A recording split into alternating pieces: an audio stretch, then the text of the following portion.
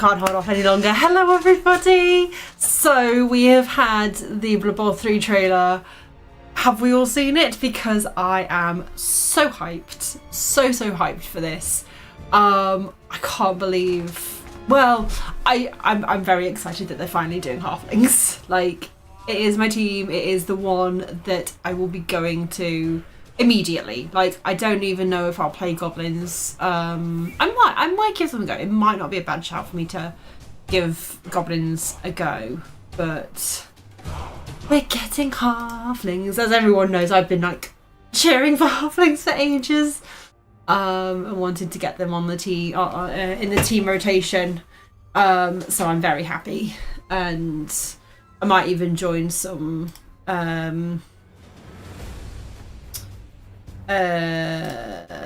leagues. I might start joining some leagues now to actually play halflings, which will be very exciting. So yeah, that's the big announcement of today, is that they are releasing both of them. I really wish they had picked a couple of better stars. I don't actually know who all the stars are that they've got in. I know Rumblow's not in, and I know that Deeproot isn't in, but I'm not sure. Because they've got Cindy Piewhistle in, and she's a superstar. She's a bomber. Like, she's insane on a halfling. She's insane on any team. So the fact that they've got her in, they haven't got Rumblow. So I'm really hoping that Rumblow's coming fairly soon. Do we know if Puggy's in? I'm not a fan of Puggy, but do we know if Puggy is in or not?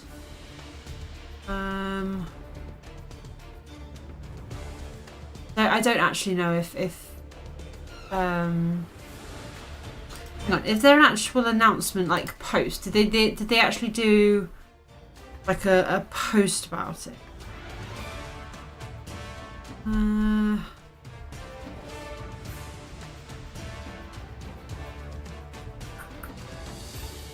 Can't find one if they did. So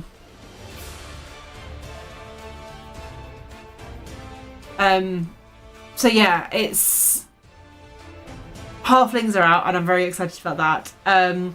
It did look like there's going to be Doom Divers. That was something that was sort of like at the end of the trailer. There was like a shadow over the flings. So that kind of indicates that Doom Divers are going to be in, which will be interesting, to say the least. So I mean, I wonder how many of the fun toys, because goblins have got a lot of things that they can play with, and there've been some Puggy is in the game. We know, okay, so Puggy is in.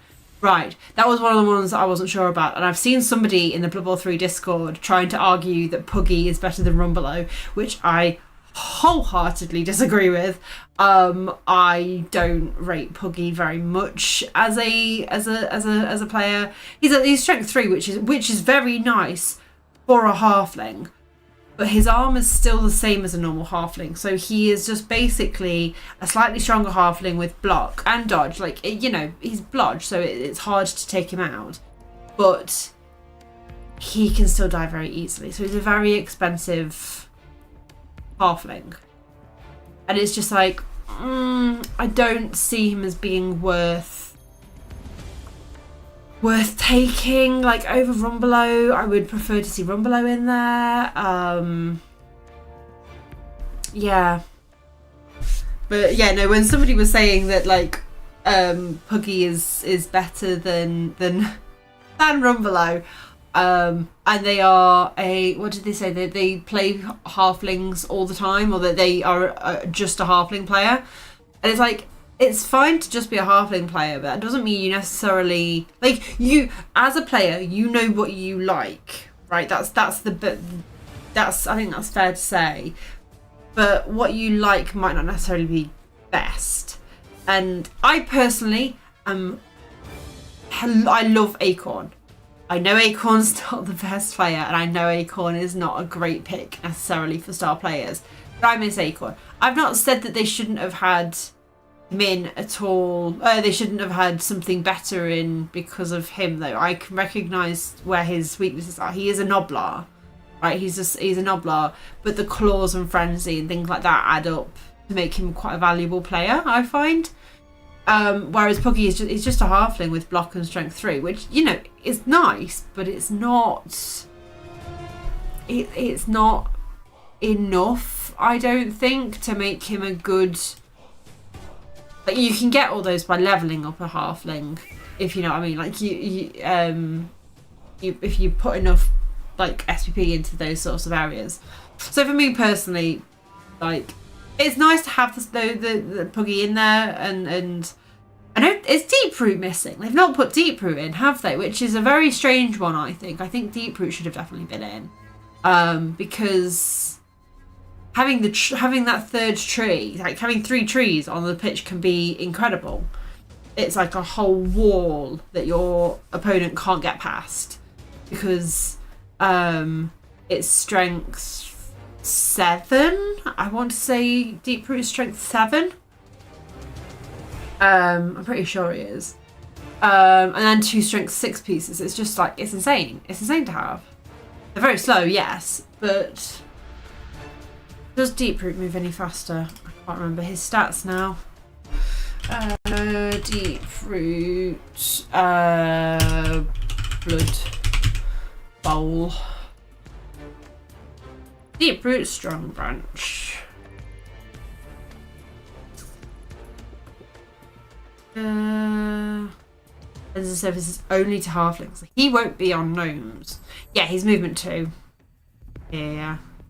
Although this is all the old rules, stats. I don't think they'll have changed them that much. Do I have the? No, I don't know where the rule book is. That's Football 2020. There we go. There we go. Movement 2, strength 7, agi 4+, passing 5+. So he still has a passing stat because he's got a strong arm, so that makes sense. AV 11+, so block, mighty blow +2. Have they not changed that he's mighty blow? The 13, 8, 10. Reliable. What is reliable? Oh, so if Deep Root fumbles a throw teammate action, the player that was to be thrown will bounce as normal but will automatically land safely. So, oh, that's very interesting. That is. I did not know that rule. A Deep Root. Yeah, it's such a shame that they haven't got Deep Root in. That's a very interesting rule. I don't know if I've ever seen. I don't use Deep Root, especially not on tabletop, very much. And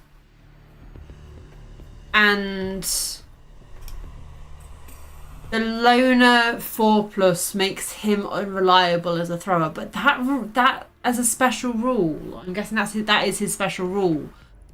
That could be very interesting. He could be used in a pinch, but you wouldn't want to necessarily use him as a one turner, because if you need to reroll anything, that's very interesting.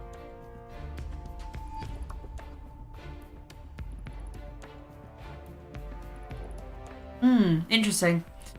Yeah, I thought their choice of star players was very interesting, because like Cindy Pie Whistle, I can understand why they would pick her, but at the same time, she's a megastar. She's been banned from a lot of tournaments and stuff, and that's not to say you can't take her in like ladder and stuff, but you're much more likely to take Puggy or Deep Root. Well, not necessarily Deep Root, but like Acorn, or you know, there are other options that you would choose. Rumbelow, you wouldn't necessarily choose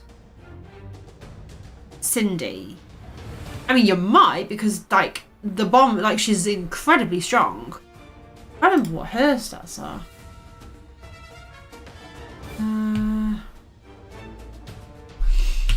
Cindy Pie Whistle.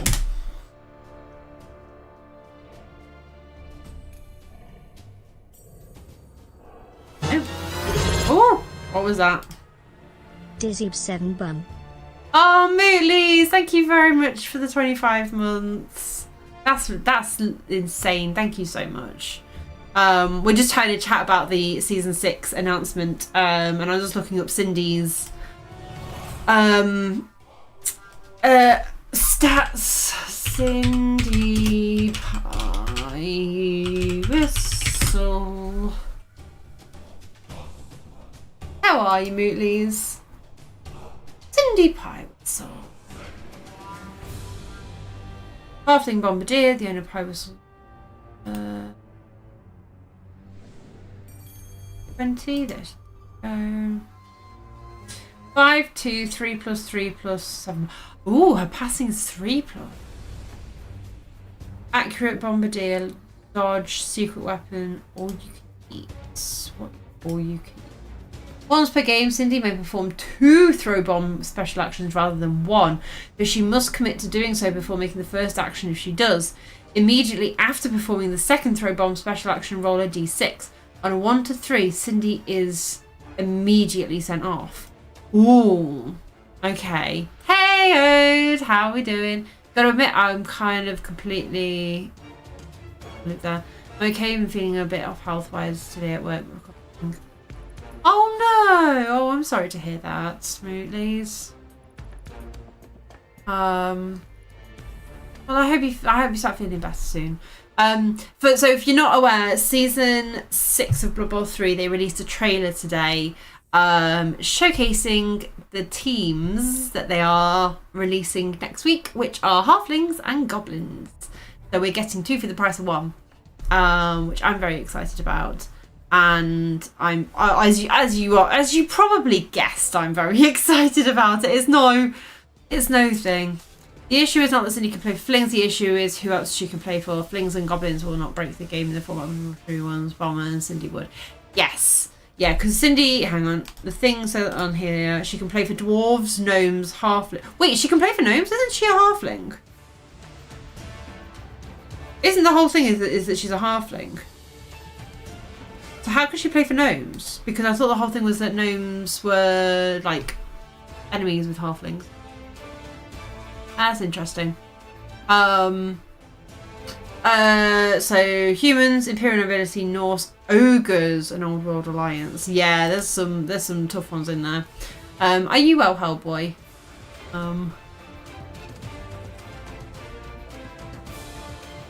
Sunday season 90. Yeah, I do like that they have released 2. I think that helps both people who enjoy stunties and people who don't enjoy stunties, because YouTube. Hello, Starfarer. So you've gone over to YouTube, I see. Yeah, so I do like that they've done 2, because for me, I get to play my halflings nice and quickly, and for people who don't like them, they don't have to have a halfling season and then a goblin season later on. So yeah, all Gucci, nice. I'm good. I'm glad to hear that, Hellboy. We're all getting ready for Athens, which very excited about. Very, very excited.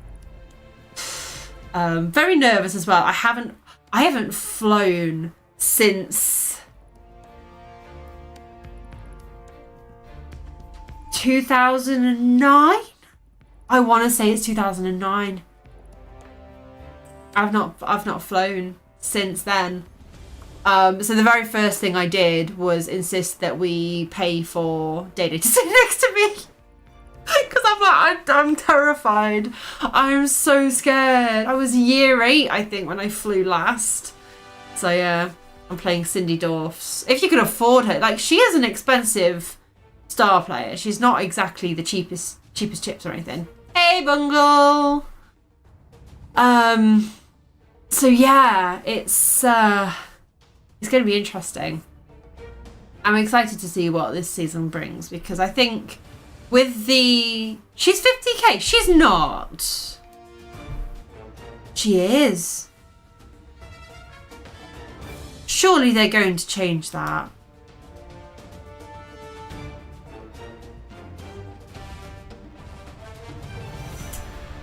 I didn't realize she was cheap as chips. I did not realise she was cheap as chips. Wow. Okay, that changes quite a lot. It'll be fine. Worst case scenario, Britain bubble community will go down with you. I don't know how many people. I know that obviously Day-Day's flying on that flight. I think Collie and Tree will be on that flight as well. But I don't know if anyone else is. Bommerdorf's forever. That's gonna be a pain. That's gonna be a right pain. That is. The Dwarfs. What else? Who else can she play for? Norse was it? We haven't got Norse in there, so that's fine. Ogres haven't got Imperial Nobility and Humans. I don't see them taking her all that much, but I hate the YouTube too much. Is it because you were the? I know there aren't as many people who come into the YouTube chat, so did you feel a bit lonely over there, Starfire?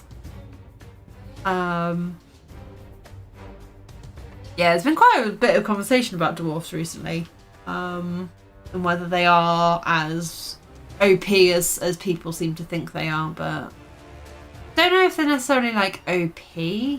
Yeah, she's a megastar. She is full on a megastar, and she's usually banned from a lot of people. YouTube stream chat is so much worse. Oh, is it? I've not actually like been into YouTube stream chats before. Yeah, megastars are in BB3. Well, I mean, Cindy is, so. Is Morg? Morg, sorry, I don't mean is he in BB3 because I know he is, but he's a megastar, isn't he?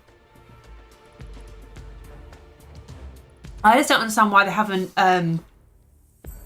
put like Deep Root in, because Deep Root is a staple of Halfling.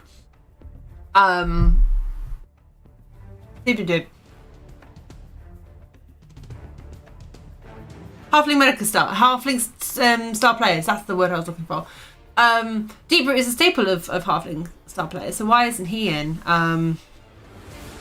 Yet Dribble and Jewel or not? They aren't, no. I don't want to say you're wrong, Diz, but the Unfumble while Bomber and Cindy were available, they featured in every game they could. Oh, is this just going to be a Bomber season? Is this just going to be like Goblins taking the Bomber and then everyone else taking Cindy where they can? I took them every match. Oh. I really hope it's not going to become that, because that's just like it's fun once or twice, but overall it's not the most exciting play style to just be throwing bombs everywhere. Every team has to take them if they can. Wait, what? Oh, I see what you mean. Yeah, they will do. I will overdog her so she can't be used against me. I don't know if that's how overdogging works.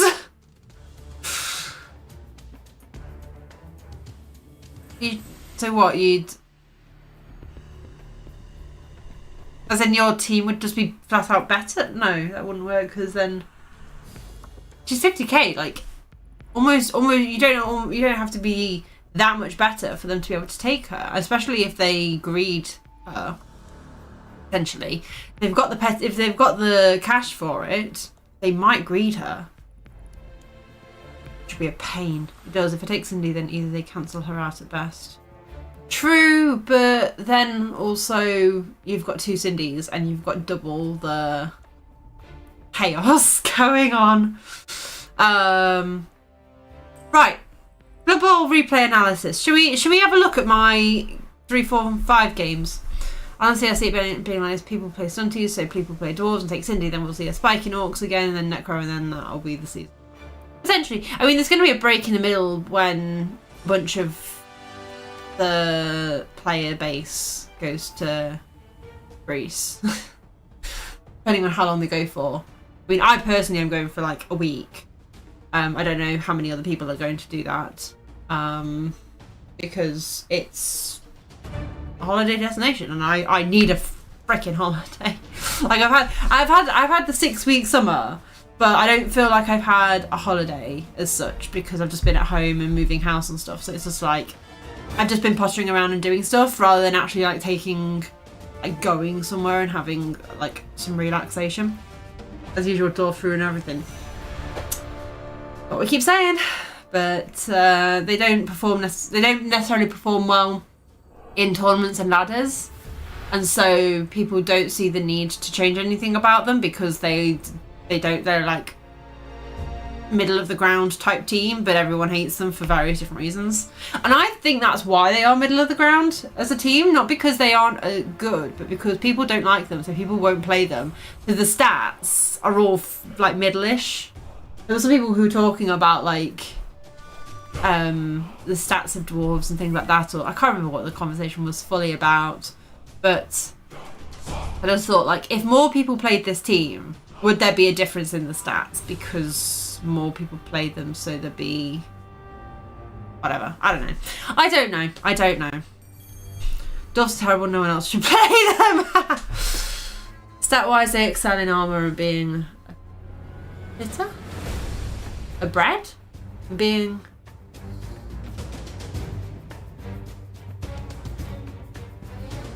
oh, pain in the ass.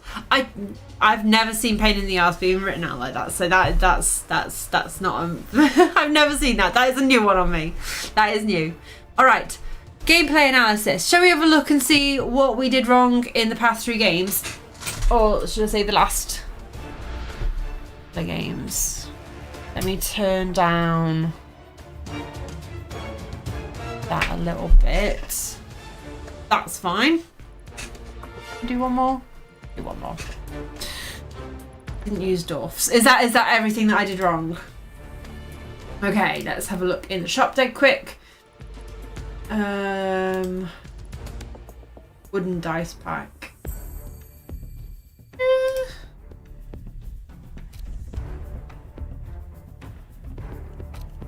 They're all right. I mean, I do quite like getting dice. I've got some choice, but and I've apparently got all this warp stone, but I don't know. Right, okay, so we are looking at the Dizzy Dancers. And as you can see, some things have happened. We're currently missing an ogre. Catcher is barely hanging on. Hey, dragon. So yeah, we're gonna go watch back game 3 and 4. We might watch game 5 as well. It depends how I am feeling, because my brain was fairly fried last time. I did not get the epic pen up. Let me get the pen.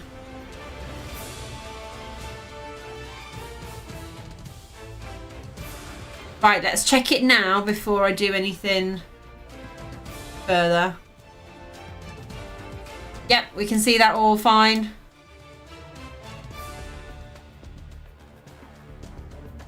Yep, we can see all that. Fine, cool. So happy I can play Blood Bowl 3 next season now that I have my Stunty. Yes, Stunty are going to be so much fun. They're going to be so much fun. Right. Yeah, I'm not going to do any level ups right here, right now, because it's I didn't finish off the. I forgot to say goodbye like at the end, so I might like do a little outro. That's the word I'm looking for the game 5 video. Right, so we want. That was 1. That was 2. This was 3. I think this was game 3.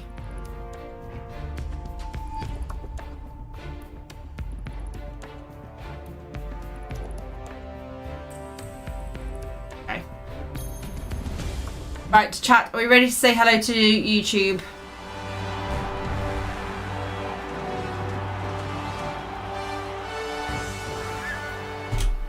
Okay.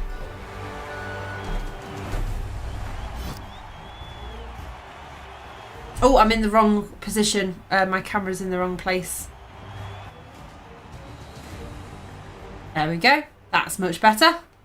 Hold on, hold your horses. Wait. Right. Let me just put down a little bit.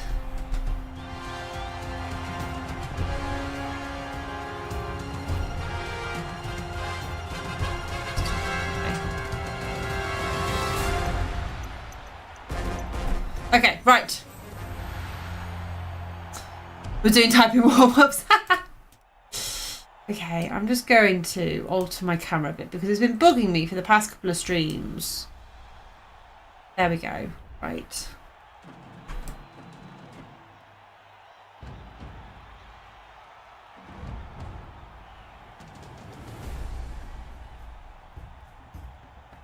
There we are. That's better. I feel like I'm a little bit like I fill out the frame a little bit better. Okay.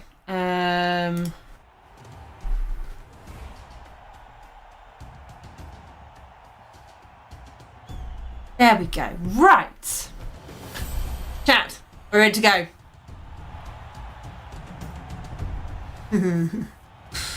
Okay, right. Hello YouTube, welcome to part 2 of game number 3. We are now doing our replay analysis of the game. This was my human team versus a Black Hawk team. So we're going to look back at the game, talk through my decisions, if there was anything I should have done better, chat might offer their opinions and their thoughts on my playstyle. And if you've got any thoughts, please do leave a comment down below. Try not to be too mean about it, but we're going to see how this goes. If you have not already, there is a link to the gameplay of this up above. Bungle, thank you for the cheer. Hi YouTube. So yeah, if you missed that and you want to watch back my gameplay in real time and me talking through my decisions that way, then please do check that out. But yeah, without further ado, shall we get into game number 3 with the humans? So if you remember, we had a death of the catcher game 1 and a death of a blitzer game 2. We did replace the blitzer, I believe, at this point, but we still had not managed to replace the catcher. So we chose to receive. I think I remember thinking through this, and I think my decision behind receiving against Black Hawks was I didn't want them to hit me first. I wanted to try and do some damage to them because they have no block. So I felt like I was in a safer position to maybe do some damage. That was my thought process anyway. So we've got brilliant coaching. I think they got that. Oh, I hate when I try and pause it, it doesn't actually pause. So the ball was here. So I started on this side of the line of scrimmage because I wanted to try and provide some space so I could push these two down the line or like do a better hit with them. I wanted to get rid of the troll at the very least, but I wanted to hit the troll with block, I think, if I remember correctly. So yeah, I did this hit first because I felt like it was the safest. Ball is pretty well protected. It's got the journeyman there. Well, it did have the journeyman there, I think. Yeah. So even though I moved the journeyman up, I brought in the blitzer here so that the ball was still protected. Attempted hit on that Black Hawk. Did I want to do this with my ogre then? Is that what I wanted? Is that what I tried to do? Yes, I did an ogre hit on the troll rather than a blitzer. I didn't get it down. I just went with the one dice. Could I not have brought in another player? I think, I'm just going to pause it there. I think I could have brought this player in the assist. I mean, it worked out fine. It was a one dice, but I think it would have been slightly better if I'd had this player in here to provide that 1, 3, 4, 5, 6. So I then would have had 2 dice on the ball rather than just the 1 dice. But then this player wouldn't be free now to do whatever it is I plan to do next. So I don't know. Maybe I did the right thing. Maybe I didn't do. Depends whether you want this player free now to support with other things. So.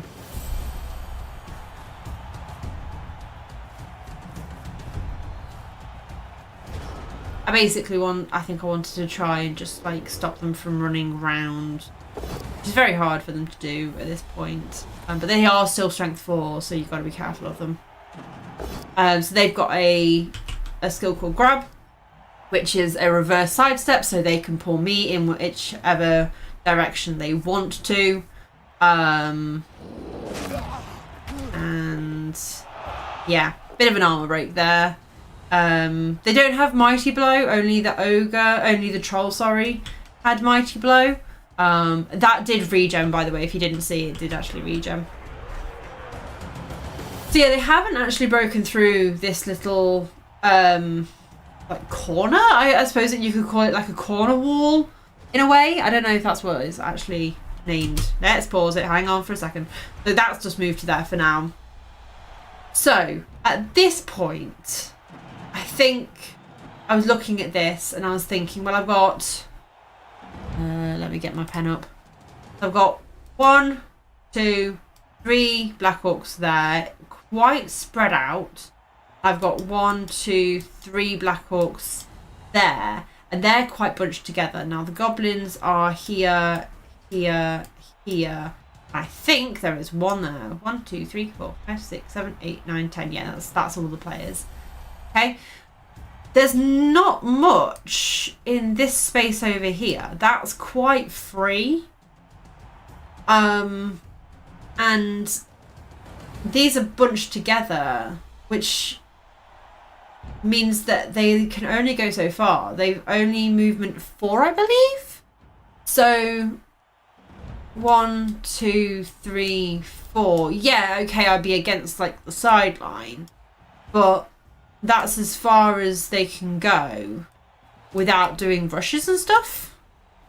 So this is a lot of space that they are giving me here without, yeah, moving forward. But yeah, I thought that was the case. It's the Orc team where the big uns are movement 5. That's caught me out before. That has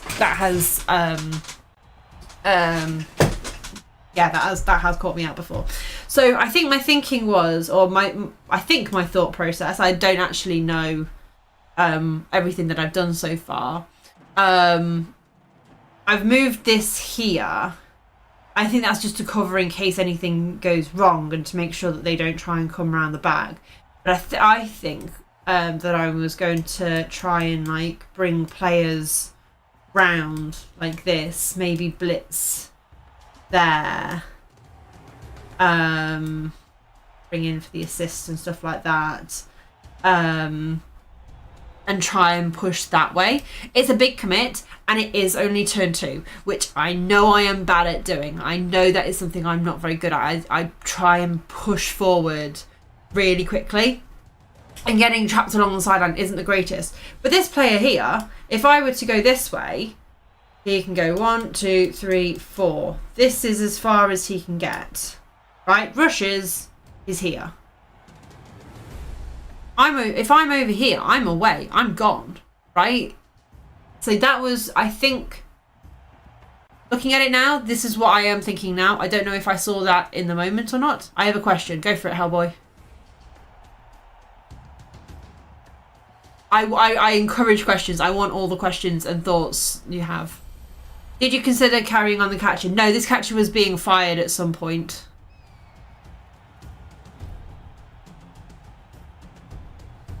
I don't know if I hand off to the catcher at some point or if I throw to somebody else. At this point, because you've got the sure hands and you've picked it up, even with that. True. I mean, the catcher's strength 2, so they've got automatic 2 dice, even if I've got like an assist and stuff. And you do have block. So that's, I think currently that's the thought process, is that you're a safer piece because you've got block. Yes, however, you're not getting hit ever.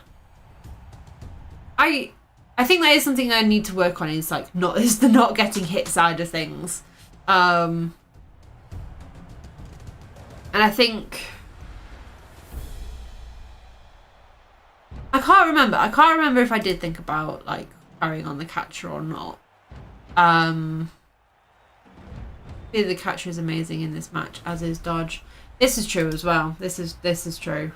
Yeah, because the catcher can get all the way up here.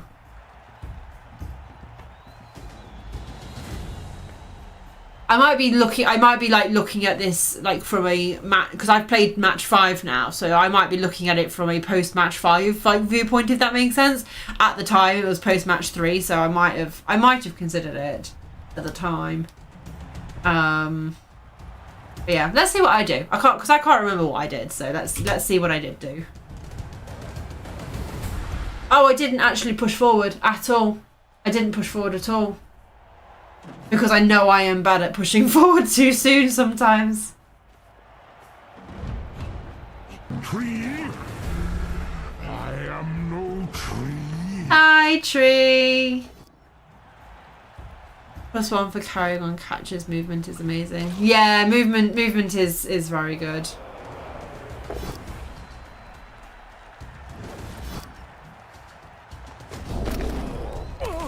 Yeah, like I got my guard like hit there, so I need to work on the not getting hit side of things.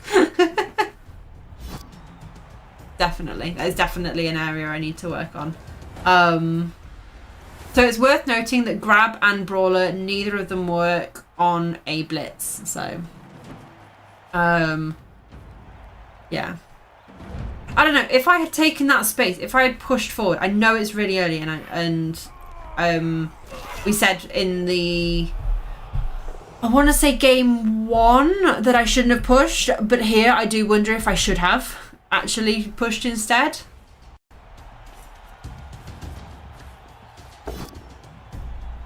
I think you carry on and catch it, but hand off to a blitzer in this game. Yeah.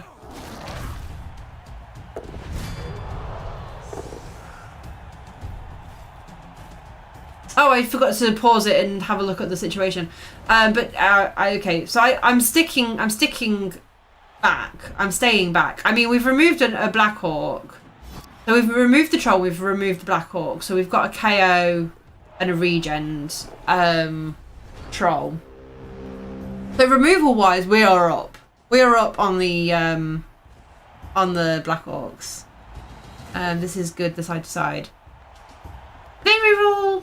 Oh, they all rolled a double score, that's why. Okay.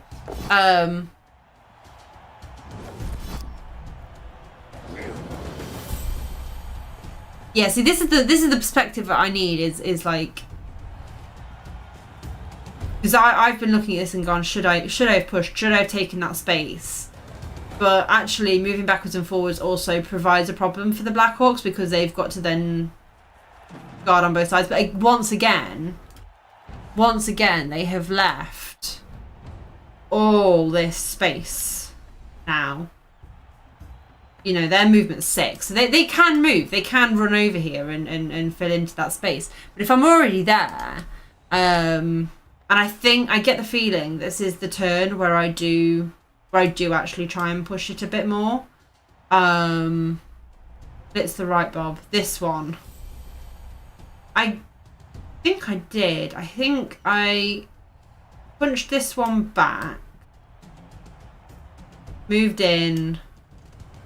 Blitz, like stood that one up, blitz there, and then you can run over here. The catcher's not moved in a while. I don't know if I've actually moved the catcher at all. 1, 2, 3, 4, 5, 6, 7, 8. It can get really far. That's movement 6. So 1, 2, 3, 4, 5, 6. Yeah, the thrower can only get to here. I get the feeling, if I remember correctly, I moved the catcher up and then I passed to the catcher. I think I did. I can't fully remember. So we shall watch now and we shall find out. What did I do? Stood that up. Yeah, I moved that round so that I had a bit more space, and then I blitzed there. Yeah, exactly as you said. I was obviously channeling my inner Hellboy.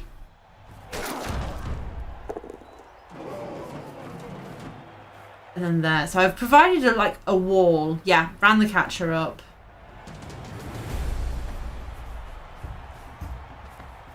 Oh, I thought I handed off to the catcher here. And maybe I do it a later turn. That looked like a dodge. That was not a dodge.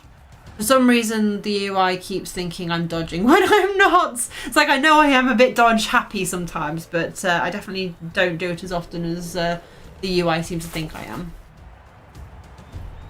or should I say the animations.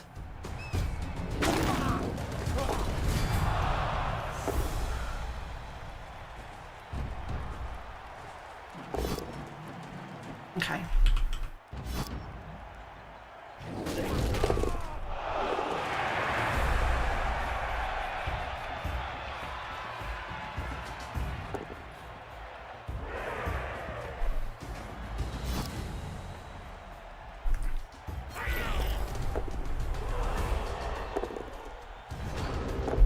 Okay, so let's pause and have a look at our situation. So that is standing up. So we have a path through. Where's my pencil? So we have a path through. There's no dodge there, right? That's just a flat out, we can push through and get past there.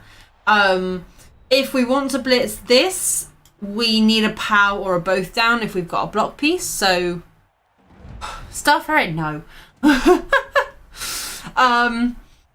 We need a POW or both down to actually get it down. But we can control where it doesn't have sidestep, so it's still possible to hit that or to move that out of the way, but it's a very narrow passage if we want to go that way. So yeah, so looking at this now, my thought is there's a loner here, so we mark up here, maybe mark up there with the one on the floor, and then go and hit that way.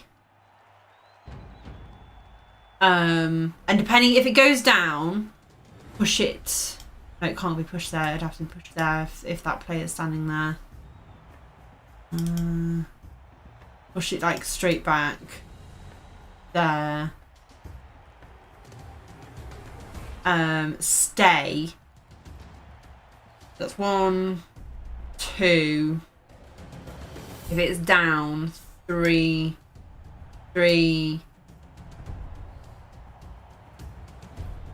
4, 5. Go to and mark up that goblin, and that can go there and mark up that. Get the catcher. 1, 2, 3, 4, 5, 6, 7, 8. And then bring the thrower through potentially. Smash the goblin to the left. Well, there's also this goblin as well. Like they're not like completely. They've still got quite a few players around, right? They've still got a lot. Far back left. Same less assist and might get injured. Just maybe. The only thing I was thinking, I think that what I am currently thinking is that is strength 4, so it doesn't need too many assists. I mean, yeah, we can get away from it potentially, but it doesn't need as much. Whereas it's more effort for the goblins to actually do something. Like they might have to go for an uphill dice, which I'd rather have the uphill dice than the potential just free 2 dice from this. But I don't know. Maybe that is wrong thinking from me.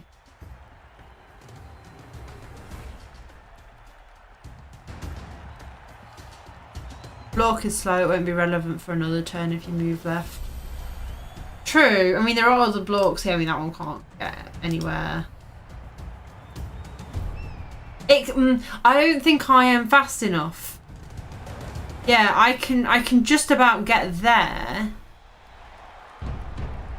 That can still be a problem. That could still very much be a problem.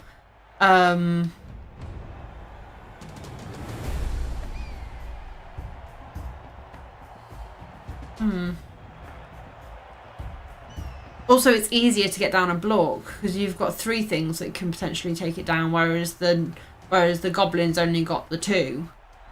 I don't know what the percentage is for the different like results and everything. I'm never very good with the math side of it, but yeah, you're less likely to take. Yeah, you might not break armor. That's not what I'm trying to really do here. Is not necessarily to break armor. It's more to make space. But I don't know. Yeah. Anyway, let's have a look. Let's see what I do. Yeah. I'll bring that one in for the assist.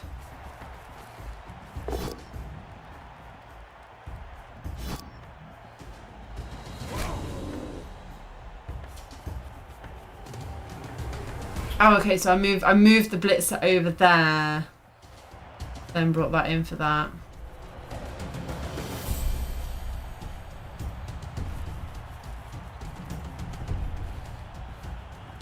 Hey, Phil the Flash. Good, thank you. Yeah, so then I do try and pass, and I pass to this one because now. Oh, that one has been dodged out. Okay, so this is now the situation that I'm in. So I've now got the ball up there, and it's a 3+3+. 1, 2, 3, 4, 5, 6. They could potentially hit me, but it'd be uphill dice. So they use Brawler to reroll one of the things. Ogre gets pushed over.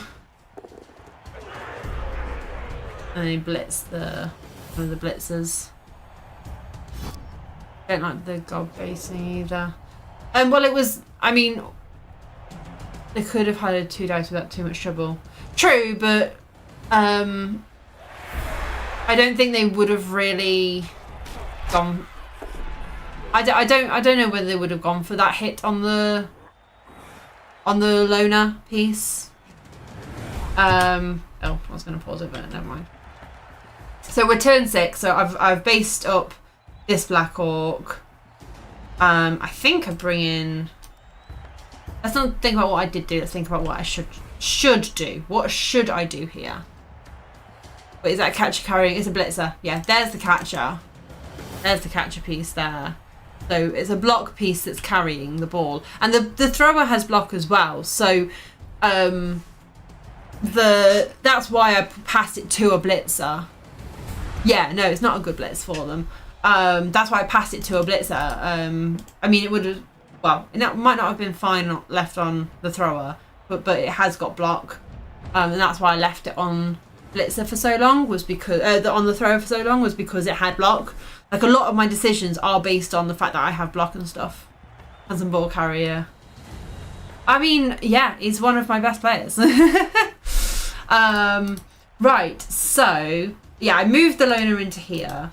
Ogre, I think I stood the ogre up because I don't want him to get fouled. He's probably going to get knocked over and fouled again. Like, at this point, I can't really go and save him because I've got like too many players too far. I could potentially come around here from there and like try and blitz. I could potentially try and blitz him. Try and save him, but he's a little bit on his own at the minute. I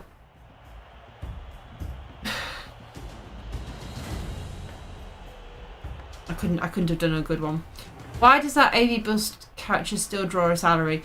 Because I don't have another catcher and I don't have enough to pay to buy a new one. That is literally the only reason the catcher is still there. So yeah. But yeah, so I've moved this loner down here. I think I blitz in with that, or I just take the 1 dice. I don't think I want to take the 1 dice. I think we blitz with that. 1, 2, 3, 4. If it goes down, 5, 6 to here, so we can do another hit there. Don't care, Burner. AV7 plus is it isn't great, but I think like for the 1 turn potential, I keep it around for that mainly. Doesn't mean I'm happy about the AV7 plus, but I haven't got the cash to change and I'd rather have the dodge and the movement 8 plus. Is it? Yeah, movement 8 over a loner journeyman.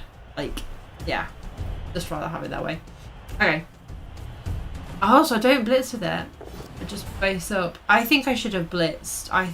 Looking at that now, I feel like that should have been the blitz potentially. So that I could have based up here instead of blitz with the thrower. Can't be allowed to score or get MVPs, who's pointless. Yes, and I have struggled with that a little bit to try and figure out exactly what I am doing with him.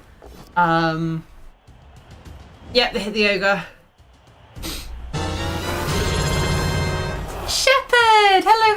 welcome in. Thank you very much for 40 months. My goodness.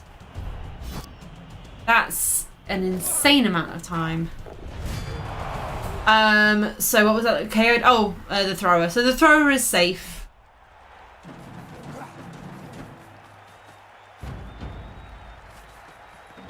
And they're gonna foul the ogre. Yeah. So we had a death. Hello, Day Day. Oh. Yeah, so that is death. If you're keeping track, that is death number 3 out of 3 games. Yeah, it's been fun. So, death a game. Death a game. Yes, it's been a death a game. Give us a move. Hello. I'll see chat, but... Chat's there. Oh, nice, okay. Finally. Oh. Hi. Oh, does it go from top down now? Yes, Scroll down, it's that's because different. it's because it's restreamed because I'm doing it on YouTube and Oh, that makes thing at the sense. same time. Oh, and this, that as well. Yes, I know. Can I do my thing, please? Everyone's here to see me. No, go onto the laptop. Go on. Right, that's a comfy looking Dodo. He has got a new jacket, yes. He likes his new jacket. You're just providing more editing work for me.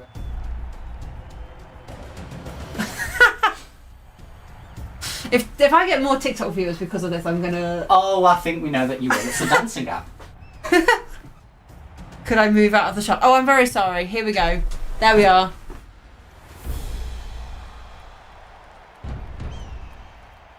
I know. Dancing everywhere.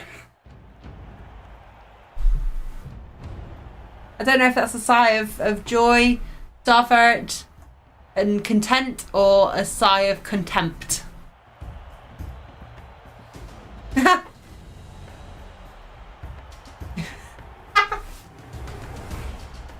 Is that better for you? Although I'm not sure, like, if we're going to risk violating the Twitch TOS if I keep going. Thank you, Dave. Did I get out? Trying to do a replay analysis here. I could help. No, you're coming on a different episode. Oh. Mm-hmm. In silence. Bye, chat. You're gonna pop in a minute anyway on the laptop. Oh no, I'm going to come back here. You're giving me so much editing work. I hate you. Bye bye. Well, if you were nice to me, more respect it. Win more flies with, catch more flies with honey. You win, I don't know. Your humans died anyway, they suck. Wow. Can we analyse the strong moves? The strong moves? I don't know if I made any strong moves, honestly. Right, after that brief interlude, so, yeah, Ogre has just died. That was very sad. So, turn number 7, let's pause it quickly. No, I didn't catch it in time. Okay, so I've obviously got an assist already on this Black Orc, so I bring over a player because I'm going to hit there. Then I can move this one over. Oh no. Unless I blitz with... So if I blitz with this one, then I can move it over to there, provide an assist here, and then do a secondary hit there, which I think is... I mean, these are all just like delaying, really. There isn't anything... Well, that goblin, I think it's more of a threat than I realised it was. 1, 2, 3, 4, 5, 6. Rush. 1, 2, 3, 4. So that's 1 dodge, 2 dodge, 3 dodge for the hit. So 1, 2, 3, 4, 5, 6. Rush for the hit. 2 dice uphill. Anywhere they go. 3, 4, yeah. I'd say moving the ball first. Yeah, probably. Probably moving the ball over there would have been better. But we've already moved this lineman, so maybe I do, maybe I don't. I don't remember personally. But I agree, I think moving the ball, because it is turn 7, so we have 1 more turn, as long as we don't forget that. That's the big thing here. Oh, we don't forget that turn 8 is important to score.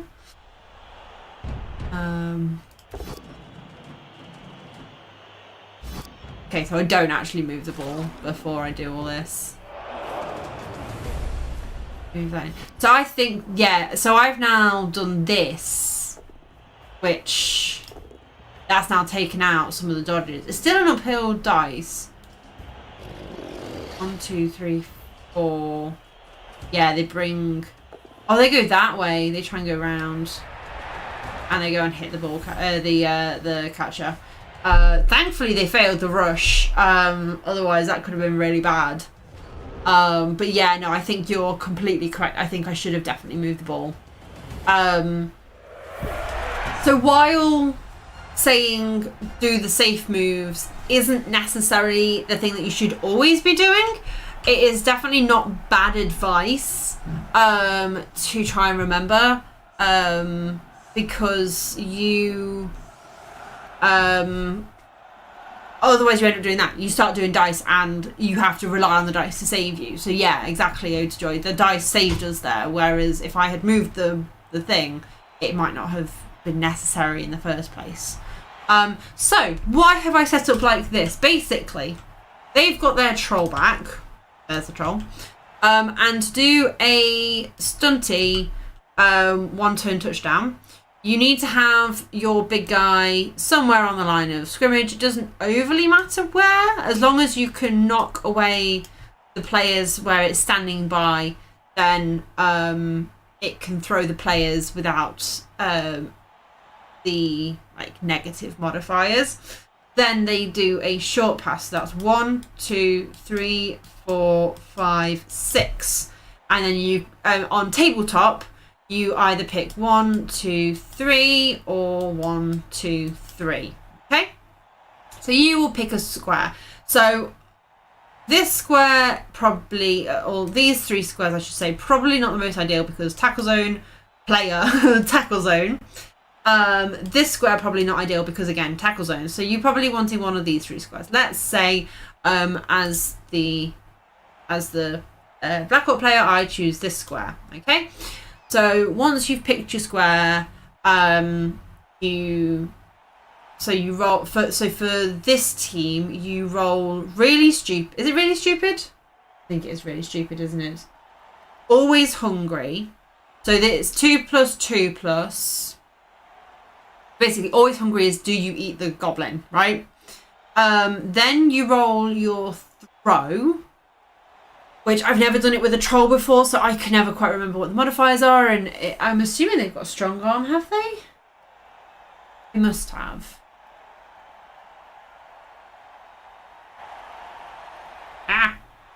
Show me the troll.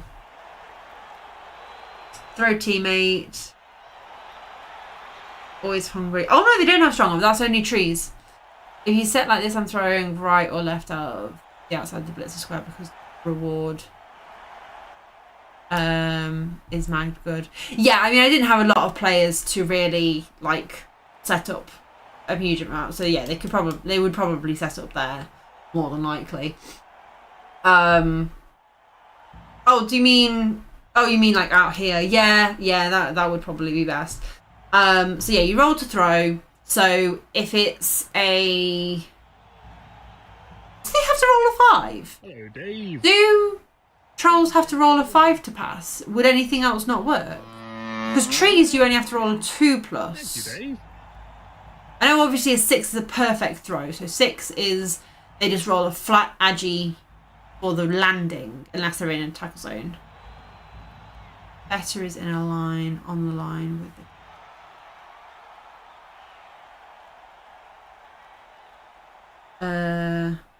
Yeah. 3 because it's inaccurate. Oh, okay. Yeah, so they need to roll. I always forget all the different numbers. So yeah, they'd have to roll a 3 for the throw at the very least to be inaccurate, and then 6 will be a perfect throw.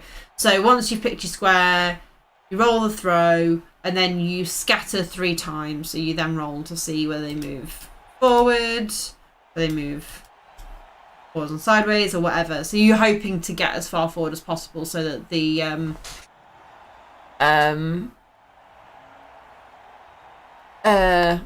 the goblin is close enough to actually get to the touchdown line. This also counts as a pass action, so if you are struggling to pick up the ball or get the ball to the goblin that is being thrown, you can't pass the ball to the goblin. It has to be handoff, because, as I say, the throw teammate counts as a pass action. So yeah, there's a lot of rules to remember for this, but it's not too complicated. It's more doing it on like tabletop that can be a bit confusing. So my idea was to try and either like force them to throw over this way so they could potentially be like thrown off of the pitch, or just cause them to roll as many dodges as possible. That was the thought process behind it. If I had more players, I'd be able to do it more effectively, but yeah.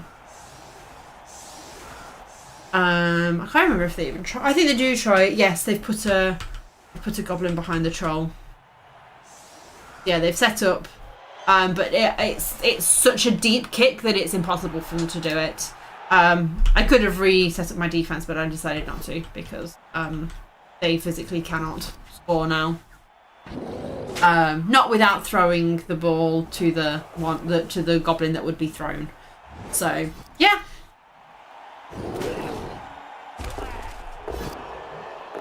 And if you have any questions about one-turn touchdowns for stunties, I do have a halfling one-turn touchdown video. I am planning on making some more, but like I say, I'm not as familiar with troll and goblin one-turn touchdowns. So yeah, I'd have to look into that a little bit more. So yeah, I set up like a little boat because I don't know what else to do against this team, because it's a very big, strong team and things are going to get hit, so I don't know. Setups are one of the things that I still struggle with a fair amount.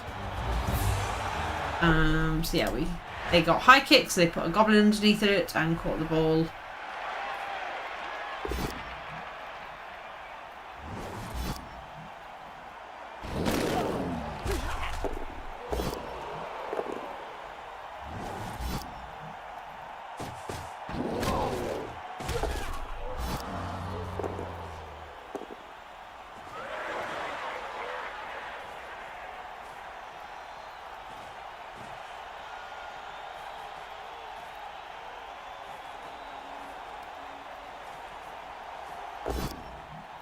Yeah, they hit all the line of scrimmage, break armor on 2 of them. Third one also breaks armor, but gets KO'd as well, so it's off the pitch completely. So I remember this very vividly, and I remember thinking there's not really, because of how I've only got 6 players I can do anything with, right? So, and I want to discuss this because I want to know if there was a better thing for me to have done here. So I don't do anything this turn. I think about it for a little bit and then I don't do anything, because if I go and blitz over here, right, that's going to require at least 2 of my players, and that's only on 1 dice. So if I want a good chance, I'm going to have to commit 3 players. But then if I've committed 3 players over here, well, I've got to commit something over this side or strength, but then that leaves the middle very wide open. So in the end, I just thought, if I just sit here and not do anything, then they've only got 1 hit, whereas I could potentially be like giving up 2 hits.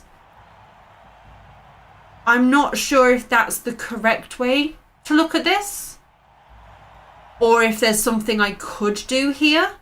I'm not sure. This is something I'm genuinely not sure about. I put the guard in there. Well, we know what happens if I put the guard in. I've done that before and it didn't end well for me. So, that's giving up a hit on the guard player. Don't want to do that. Troll's really stupid right now, but that doesn't mean anything for the next turn. It could like vomit on me or something, So yeah, I just kind of looked at it and went, I don't think there's anything I want to do. Don't like just sitting there, to be honest. If you don't want to engage it, you can make it so they have to roll rushes to blitz. True, but I also didn't want to give them loads of space to move forward. At least with a blitz, they've only got one hit. To get this space that's here. But if I move back, then they've just got this space then.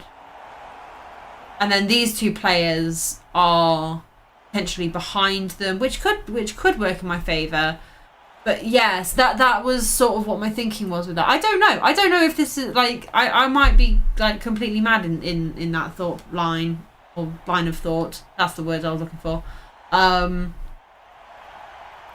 So yeah, I don't know. But yeah, I'll keep it playing. Oh yes, I move. Okay, so I do move out a little bit.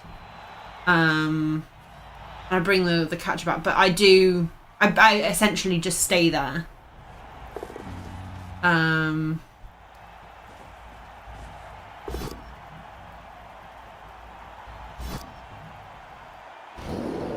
Because I just didn't know what else to do.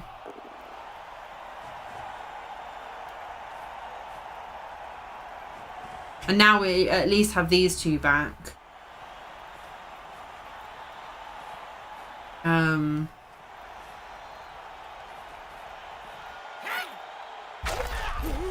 Yeah, they were a very foul-happy Black Hawk team. So yeah, that one's stunned again, that one's stunned. That one could be stood up, but I don't know whether it does anything actually to help us stand it up. So yeah, now I'm sort of looking at this and I don't know. I'm not overly sure. Because we've got these two on the edge here who are sort of sticking out. And you could potentially start running around to try and like force some pressure on. And I think with this player being active now, you could potentially use them to put some pressure on. But again, you're potentially giving up space down this side if you push round.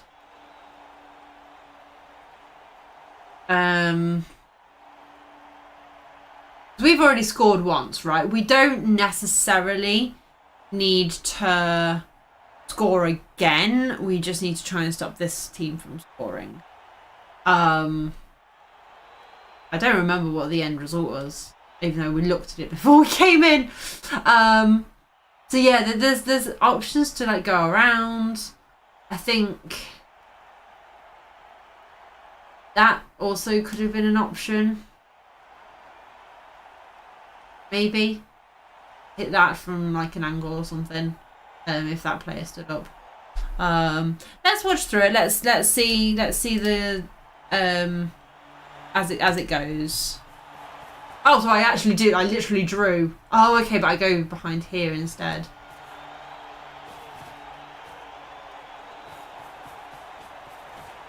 I'm not sure I like the catcher being used like that. Yeah, and then I just roll pushes, so that's still not great.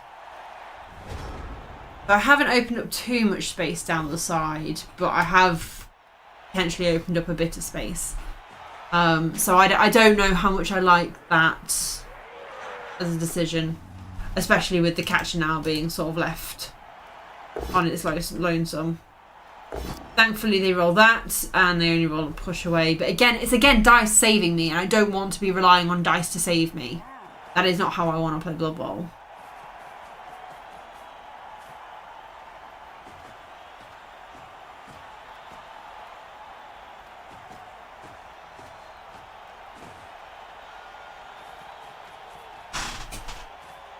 Here comes the foul, I assume.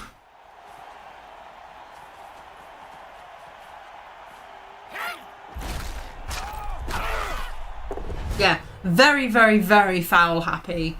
And they did get caught. They haven't got a bribe, so they have to argue the call. Sorry, I didn't realise I paused it there.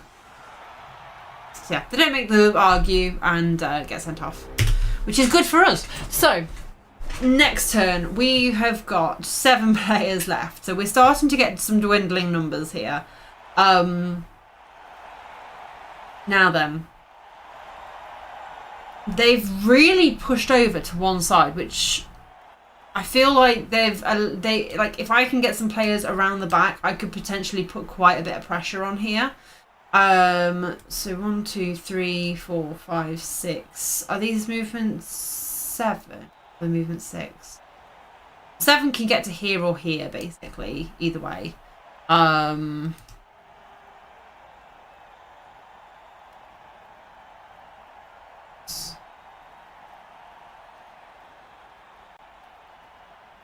Could put that in there, to be honest. And then blitz there.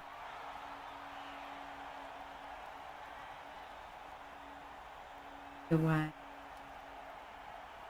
Does that do anything for us to blitz this particular orb?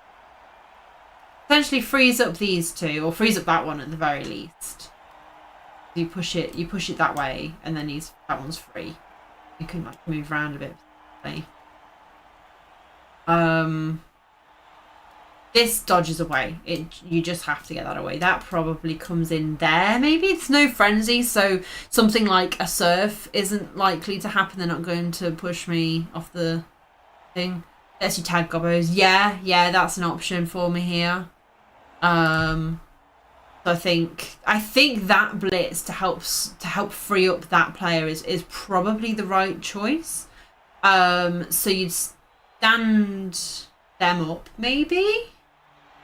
Would you stand those two up immediately? Put that in there, and then blitz that way, and then bring the guard around. Bring that over there. Then you got guard there, block there. Actually, no, block there and the catcher there. I think you'd probably do it that way around, because the catcher's very weak. Sometimes in Blood Bowl, often, there just isn't a great option. The question I find helpful to ask myself in difficult defensive drives is, what is the win condition here for the drive? Knowing that helps make it clearer what I want to do each turn. This is in response to a minute ago when you were saying you weren't sure what to do, so you just stayed still.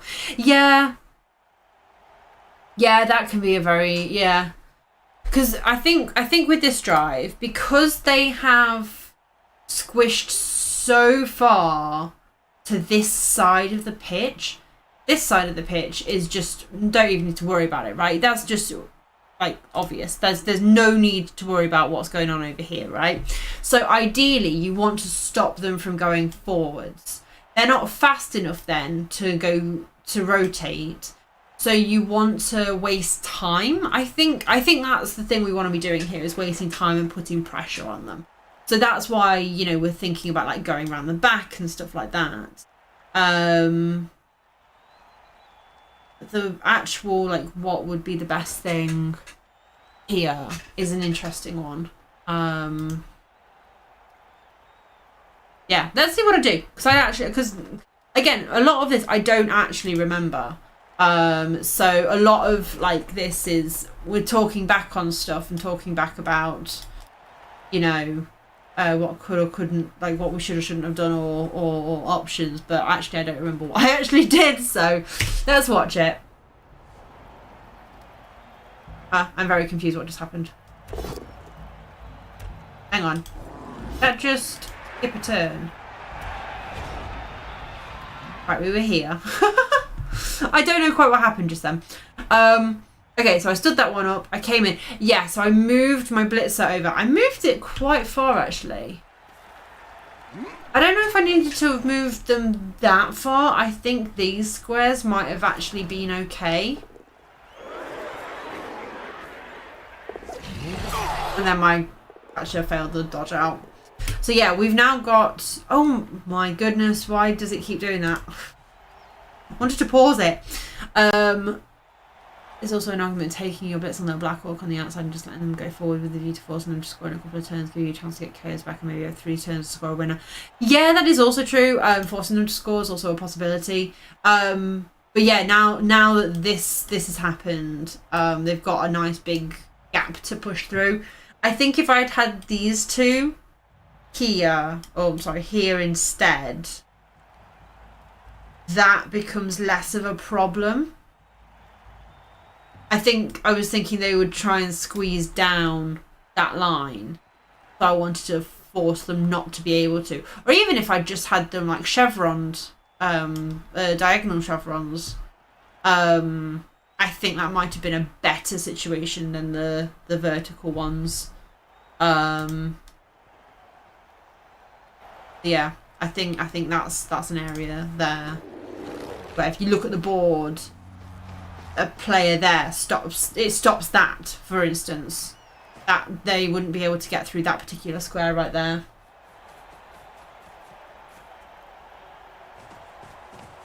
They do seem to be ignoring these two players here. I'm focusing on these players around there. Hey Geordie, we're looking back at my human game against Black Orcs. So we're analysing the gameplay and my decision making.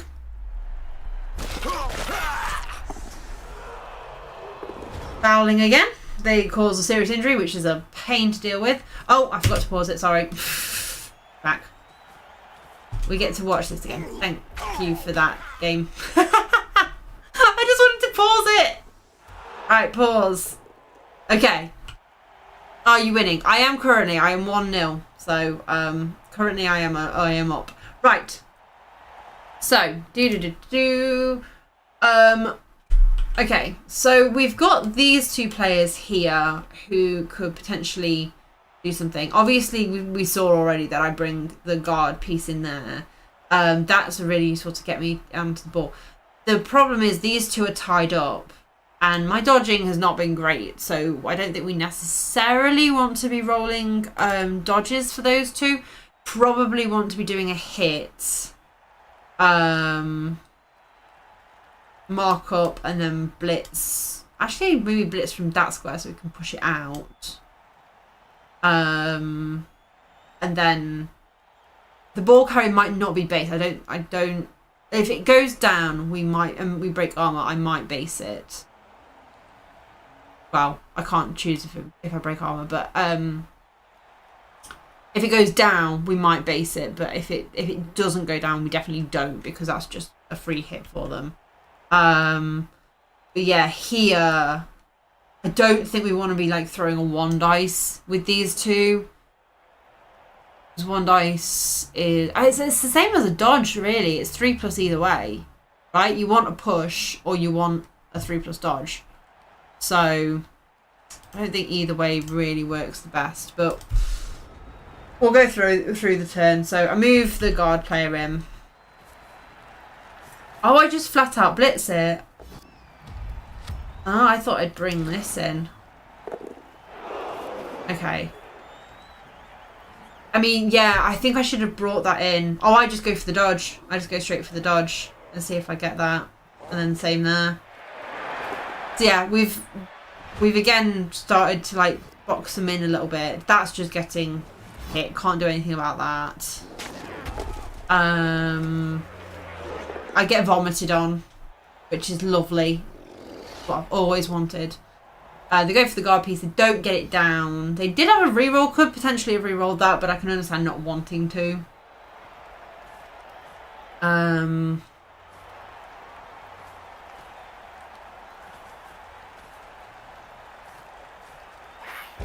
again, they found my piece. So very, very foul happy. Right. I keep getting it too late. Okay, so this is now the position we're in. So if I am able to get that down, we potentially have a dodge out and hit on the ball, potentially.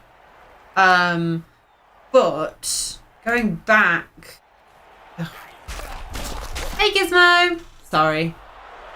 Right, going back to this, I actually wonder if going... I know I'm not... I'd have to blitz that. And then I wouldn't be able to blitz the ball carrier. So if I do the hit here, I could potentially blitz the ball carrier. If I go for the attack here, I might not be able to blitz it, but I could potentially get 2 people marking it up. So I don't know. Would going this way have been better maybe? Hey Strawberry, you've already missed the ogre death. The ogre did die in this game. I mean, getting that out to then hit that, there's still... That's now not there. That's over here. So there is a path forward if they wanted to, unless I move that over. But then they can go this way. So there's no good way. No, not again. We're doing a replay analysis. So we're rewatching my games and we're talking through them. So yeah, we know that I end up going for this direction. But I do wonder if that direction might have been worth considering as well, because we could have potentially had people on the ball and causing more issues. And it's very easy to blitz this piece. 1, 2 assists. Maybe do a hit. You'd have to dodge out to take out the troll. There'd be a lot of involved, but it could be done. Could be done. Anyway, let's go through and watch what we do. I'll go over this side. I think we throw on this one. Why do I do that? That is not what I expected me to do.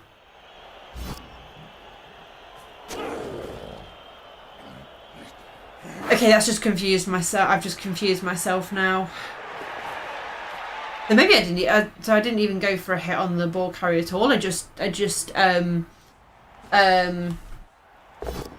solidified my position a bit.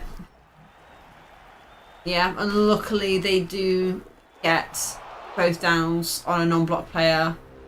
So we both go down. They stun me. I don't stun. Yeah. So yeah, I go straight in for that. This takes out that, and then you can go and hit the ball carrier and have a go at taking it down. Is there someone back there? No, there's no one at the back to potentially take advantage if the ball does go down. So this player is the one who you want to be doing that with, really. But even then, 1, 2, 3, 4, 5, 6 can only really get to there. So yeah, we'll keep it going, see how we do. Thankfully we rolled double pow, like, that's just...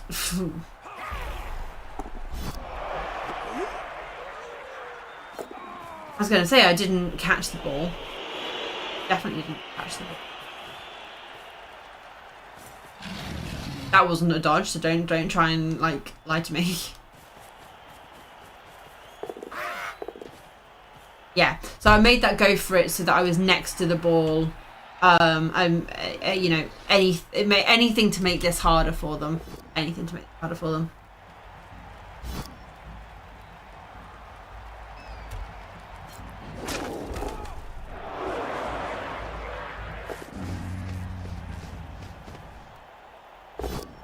Rolled armor dice is better.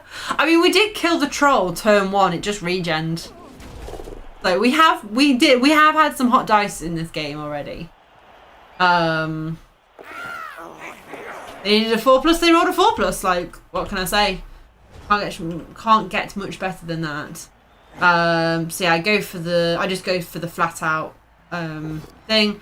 Re-roll it because it's on the ball carrier, and I do get both down, which is unfortunate. Let's just go back and rewatch that just in case. They grab the ball, they run off. Right, my turn. Was there something else we could have done? Was there something else we could have potentially found here that could have been better, right? Because that with a dodge can mark.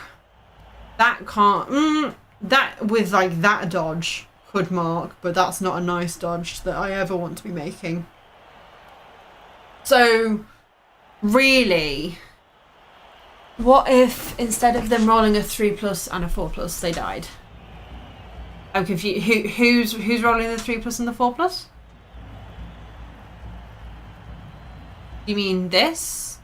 Well, that's a 4 plus 3 plus 3 plus 4.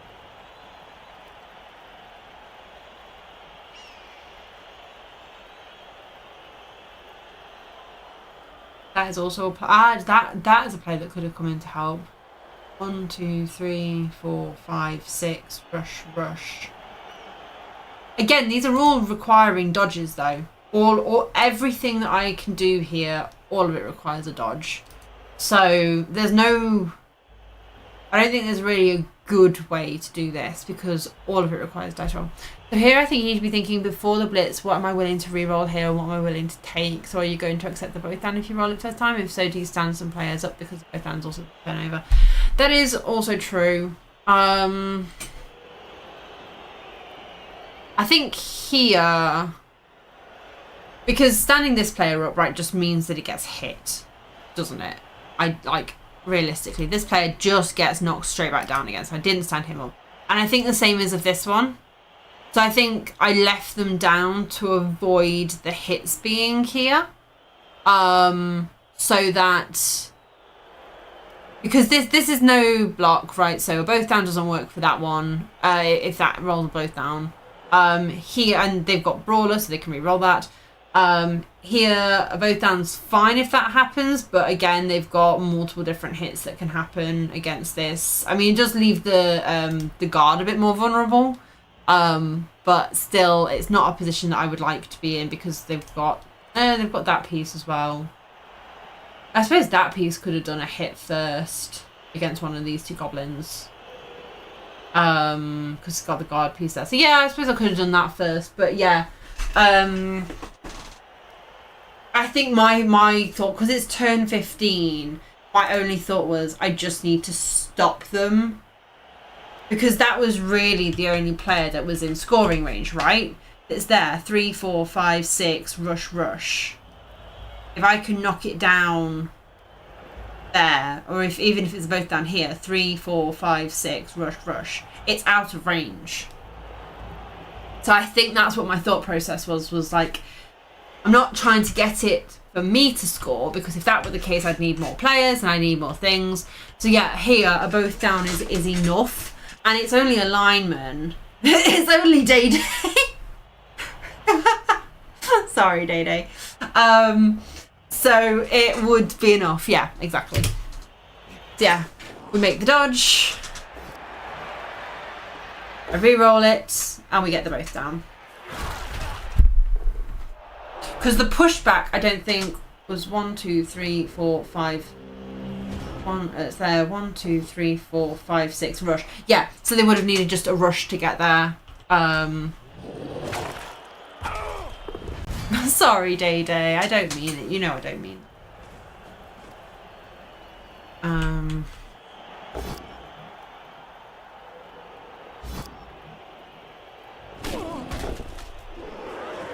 Yeah, they just go through and they don't even attempt to try and pick up the ball and score.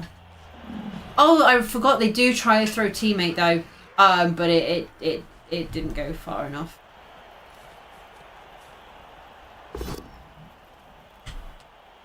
Do they try one final foul? I imagine they probably do, don't they?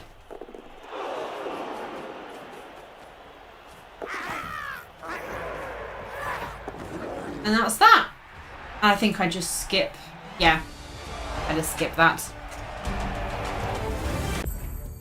Okay, so that was game number 3 for the humans. If you've got any thoughts, any like tips or anything you think you saw, please do let me know down in the comments. And don't forget to like and I can't say it. Don't forget to like and subscribe. Bye. All right, chat. So that was game 3. Oh, I'm gonna. Have you all seen this? Who is excited for this? Because I am so hyped. Hang on. Where are my flings? Where are they now? There they are. Season 6. Woo! Anyway, right. I will be back in a second because I need to take a quick break. So don't go anywhere. I won't be long.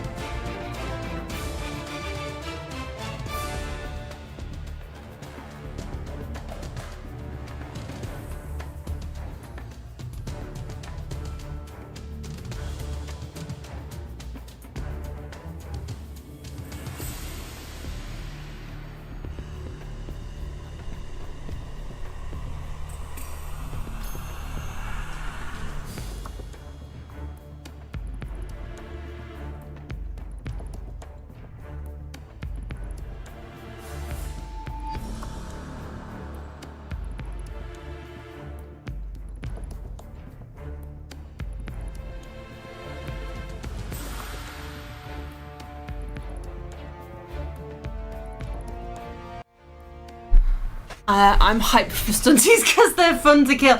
I mean, that's the thing with stunties, right? And why a lot of people do or don't like them. They are very... Oh dear, my phone's just dead. Whoops. There we go. I guess it didn't like charging and trying to stream at the same time. Never mind. Yeah, I like... So, I mean, having stunties being easy to die is not like the fun part for me. But having... I don't know, disposable players, is that what I'm trying to say? I don't think disposable players. But like, I like using them in different ways to what you would normal players, like being able to use them as missiles and stuff like that. Those are just great from a viewer POV, so many crazy plays. Fair. Halflings and gnomes, I suppose. Well, gnomes are interesting because they are a stunty team, but they're also not a stunty team at the same time. It's a bit of an odd one. But you can get away with some very crazy plays and some very crazy shenanigans, which I love. So yeah. Oh, I just everything about halflings I love. I just wish they'd chosen some better star players. I feel like the star player choice was a bit interesting. I'm contemplating running gnomes in a league. I can't help but think this is a bad idea. I am also contemplating that exact same thing, Gizmo. That is something that is also currently going through my mind. The issue I have with this league is that they have bonus points, and these bonus points are making me hesitate. And yeah. And arguably the fun part about stunties is their eagerness is existing. I mean, yeah, you're going to get a lot of squishy plays, but also the thing I like is the fact that they are so much like an underdog. They are like, you go in with no expectations to. I took halflings to Strangle Bowl last year. They were just acorn halflings, right? They were nothing like extravagant or special, just acorn and some flings, right? And I played 2 games against rats and 1 game against Nurgle. Lost one of the rat games, drew one of the rat games, won the Nurgle game. Like, it was just, and that's what I love about them, is that they are just so, you can do so many unexpected things with them. In fact, I will be painting my Ewok name team once I find my wet palette papers. Nice. Oh my god. If you're not already, please do join my Discord and post any pictures you have of them. There is a miniature painting channel. Please do post your pictures because I love seeing all the different teams that everyone has. At Bang Average Chicken Bowl 3, there was the gnome player, and we did get him on stream, and he had these really beautiful mushroom trees, and they were gorgeous, and I found them on Etsy. I have been tempted, I'm not gonna lie. Yeah, it's the Fanath Star Bears team. Oh, that sounds good. But yeah, any pictures of you painting, any like just like progress and stuff like that, pop it in the Discord in the miniatures channel. Where is it? Make sure you have, I think, is it the gamers? Oh no, it's just in general. It's just in the general chat. So you need to have the bumblebees role. So yeah, very exciting. Very, very exciting. I don't have any miniatures currently, but plan to get some for my birthday, which is rather soon. Ooh, exciting! Also do post them. Yeah, I need to post more pictures in that. I'm going to start looking at painting, building my Rohan, and hopefully painting them.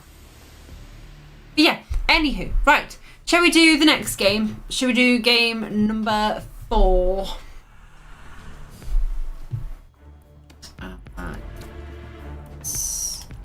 Dizzy Dancers. We also need to make a decision about what team I'm going to do next season. That was 3. This is 4. Oh, this was my Necro against the Necro team. It was against Super. Yes, I remember. This game was mental. This was mad. So we ended in a 0-0 draw. But this was, if I remember correctly, this was a mad one. I think we know what team you're probably going to do. No. I am definitely going to be playing Halflings. But is that the team I'm going to do as my I want to get better and improve team? Is that what I'm like? What is that team, right? Because humans I've never played before. Halflings, I don't think they're really one that you can improve. Like, you're not going to get a good win rate with Halflings because they are they're stunties. Like, you're not going to necessarily improve with them because it's very dependent on how well their armor holds. So yeah. Right, are we all ready to say hello to YouTube chat? Get your highs and your hellos all ready to go. Humans are the perfect team for that. They're a very good team for learning. Yeah, very, very, very good team for learning. Right. Alrighty. Also, just as a quick side note, just before I do the YouTube intro and everything, the analysis for game number 2 is coming out tomorrow. So if you want to have a look at that, remember to check that out. Hello YouTube, welcome to part number 2 of game 4 for the human team. This is the part where we analyse the gameplay and we look over all my decisions, all my plays, whether it might have been the right thing, if there were any alternatives. You know the deal by now, I'm hoping. So once again, if you have any comments or any suggestions, please do leave them below. If you missed the gameplay part of this particular game, there'll be a link up above. But without further ado, let's jump into the game. So they got to pick whether they kick or receive, and it is currently snowing. So they actually chose to receive, which I was a little bit surprised at in the beginning. And our opponent did come in and explain later that they didn't think it would matter too much because they weren't planning on doing too much passing. I think that's what they said. So I set up in a kind of like a chevron style because you've got the werewolf, which is fairly speedy, and you've got the ghouls. So I'm trying to limit their movement possibilities without giving them a surf, because obviously frenzy is an absolute pain for that. So cheering fans and prayers to Nuffle. So basically what that means is on my team, instead of getting 1 SPP for passing, I now get 2 SPP. So we do end up using that for our advantage later on. So they start off with some hits on the line of scrimmage. I've got 2 journeymen for this game, and they knock over the first 2 pieces, bring in a zombie for the 3rd. All of them get knocked over, but no armor broken, and the wolf has been pushed forward a little bit, and I'm looking at that and I'm thinking that wolf is very, very far forward, and that flesh golem is also very far to the side. It does feel a little bit out of play over here. I understand the job that it's doing. It's stopping me from just running down here and trying to get the ball or anything like that. But it does feel like it's a little bit out of position there. Oh dear. Sorry, I didn't... Sorry about that. So for me personally, I just felt that was like a good advantage for me because the flesh golem's over here. Sorry, I didn't mean to let it do that. So because the flesh golems are over here, I mean there is the sidesteppers here. So it isn't the easiest to go this way, but because this is closed off to us and they're only movement 4, pushing... Hang on, where's my pen? Where's my pen?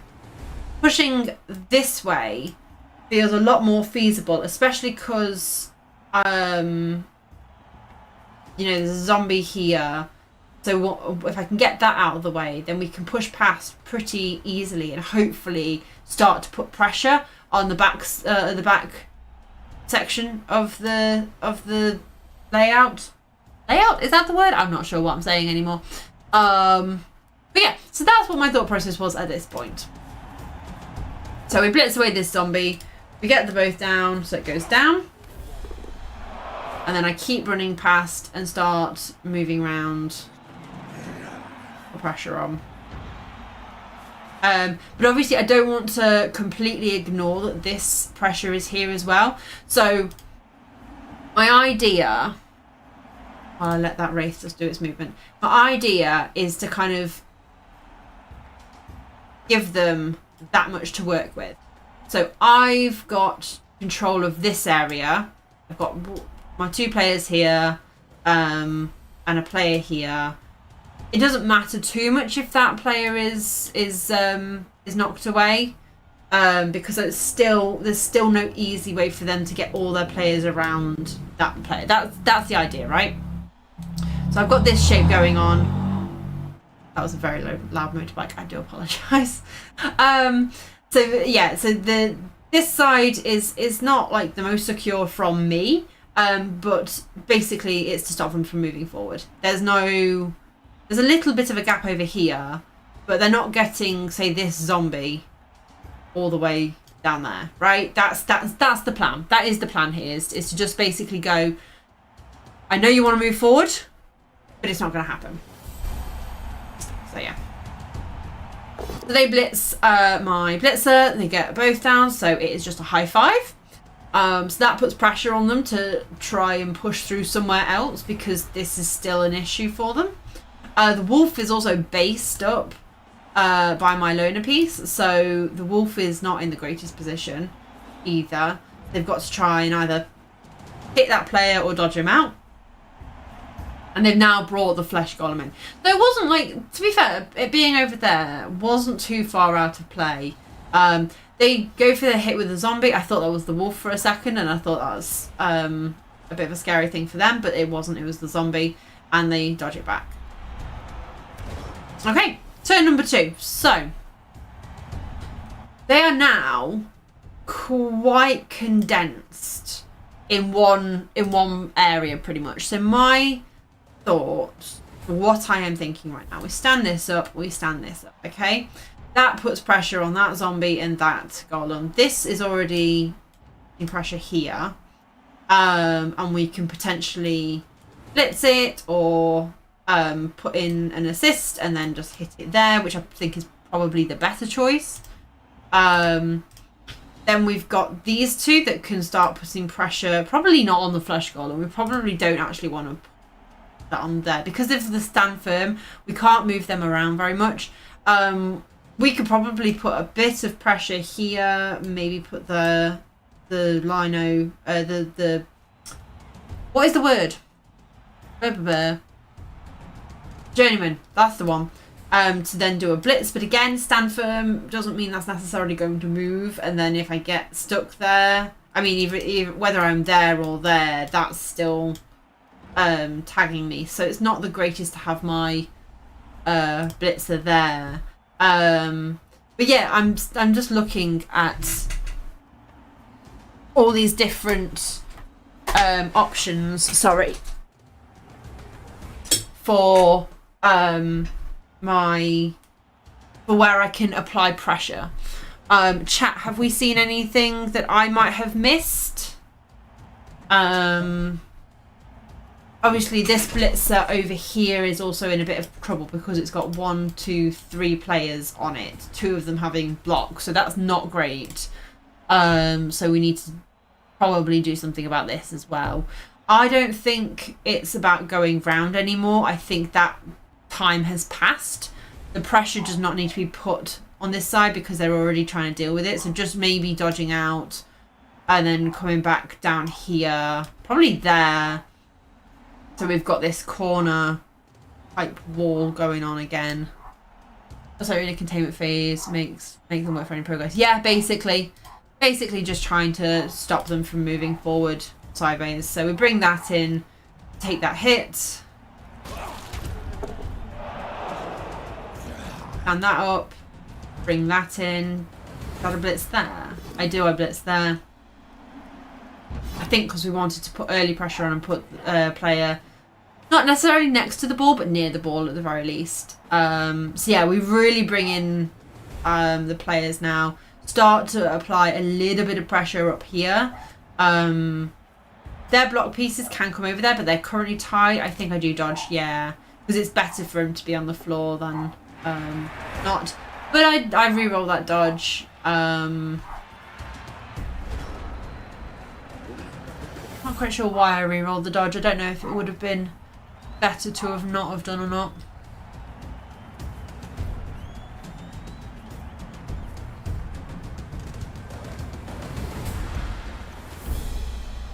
But yeah, so they are starting to bring players over and start to come down the sideline a little bit, which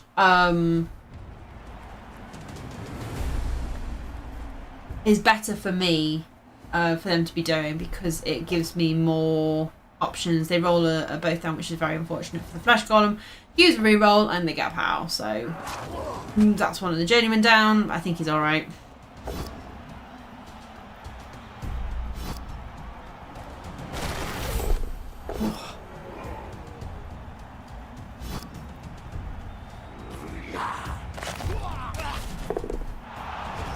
Oh, let's pause before we do anything else. Right. So this is now the situation that we're in. These two are now a little bit far away. Can't come to where things are happening with the ball. However, could potentially come in to support with some blocks down here. So I think if we put you there, stand that up, I think we've got, it is a dauntless hit, but that's fine. Just take that hit there. Then that frees up the guard to be able to go in and do something different. I don't think we need to worry about the flesh golems at this point. I think the flesh golems are actually, they're not really able to help the ball. So it's not something I need to worry too much about. Bring some players down. In fact, probably. Oh dear me. Sorry. Bring down the lineman, so the pro player, and then blitz the white. It does have sidestep, but it doesn't have guard. So the sidestep is fine. As I can still I can still position myself to. It's not going to cause a big issue of it having guard and then putting itself in and supporting a different block. Like, that's not going to happen here. So I think blitzing the Wraith, sorry, I've been calling them whites, haven't I? The Wraith isn't the worst idea here, because we've stopped them from coming this way. They're now going to try and go this way, so we might as well just stop them this way as well, because then they're going to have to go back this way, and it's going to be a back and forth, which I can, for the majority of it, keep up. They've only got one movement 8 player, 2 movement 7 players, and the Wraiths are movement 6, and everything else is movement 4. Bye, Strawberry. Thank you for joining. Oh, thank you. I am hoping that these videos are useful. Please let me know if you are finding these analysis videos useful. I started this series as a way of trying to improve my own game and hopefully helping some others. If there's something else you would like to see me include, also let me know, and I will try to see if it's possible for me to do so. But yeah, quick aside. So yeah, I think going for the Wraith is probably the best idea here, because we can easily get the blocks on the zombies. Probably don't want to be going for the flesh golems, really. But yeah, we've got a good amount of spread out pressure. So yeah, let's see what I do. Yeah, I bring the pro player in. Yeah, to assist. It's a bit hard sometimes to see where the line falls. So I actually bring 2 assists. So I do this hit first, I think, because I want to put the guard in. Yeah, so I put the guard in and then go for the blitz. So we only get the push, so it gets to choose where it goes, and that's the best square for it because then it's not tagged. Not tagged by anyone. So here, what I am attempting to do is break up their team a little bit. So I've got a player there and a player there, and this player here. I think these two were stunned. So I'm trying to stop them from being able to easily get back to help their team. So they go around with the wolf, and they go around with the ghoul as well. So because I've left this player back here, they're really having to go right around me to get that. And there's no easy path for them. So they then blitz my Dauntless player, I think, to help them get a few more players round.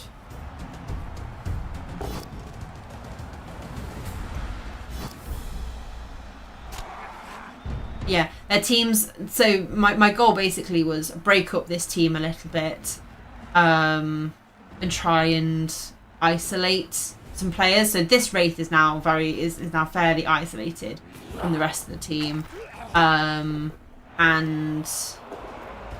is going to struggle to get back over to the rest of the team. Ooh, let's pause there. So we've now got a bit of a staggered sort of fence here. I mean, that's not really part of the defense at the moment, and that's not quite. So that's kind of what I'm aiming for. These two have done their job, so they can be brought back round, really. They need to be back over here somewhere. Was it? Oh, I keep forgetting their movement. I think it's... So 1, 2, 3, 4, 5, 6. Easily. 4, 5, 6. Yeah, can easily get back into the middle section of the pitch. They don't have to worry too much about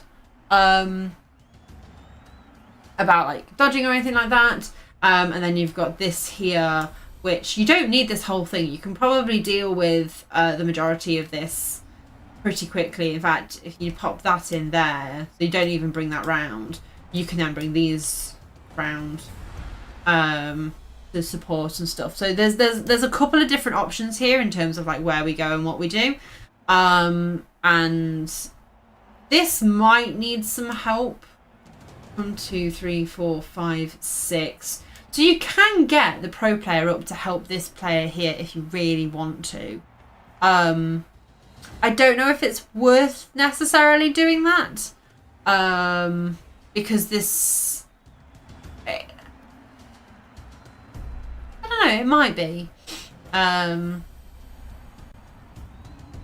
You could also, like, if you're feeling brave, you could try and dodge out and like blitz. That's another thing you could do, potentially even on the wolf. Hasn't got block or dodge, so like it's got 3 ways of going down. But yeah, there's a couple of different options here depending on like what you're thinking and feeling at this point. So let's see where I go with this. So I stand up my players first, safe moves first. I bring the pro player in here, and then I bring the thrower over there. Take this block. I don't even like consider that. And because I blitzed, I was able to move the guard player afterwards, and I think that's what I wanted to do, was to be able to move the guard piece. So I still maintain these two over this side.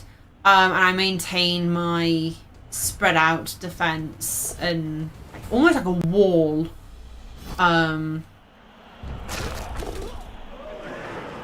Which is hard for them to break because they don't have any guard. So having any way of getting through is not easy.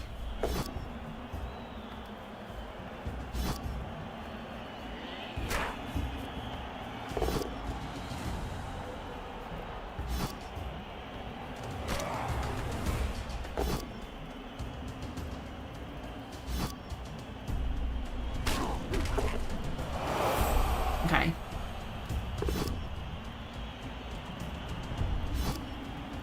That with a wolf? Oh no, it was with the zombie.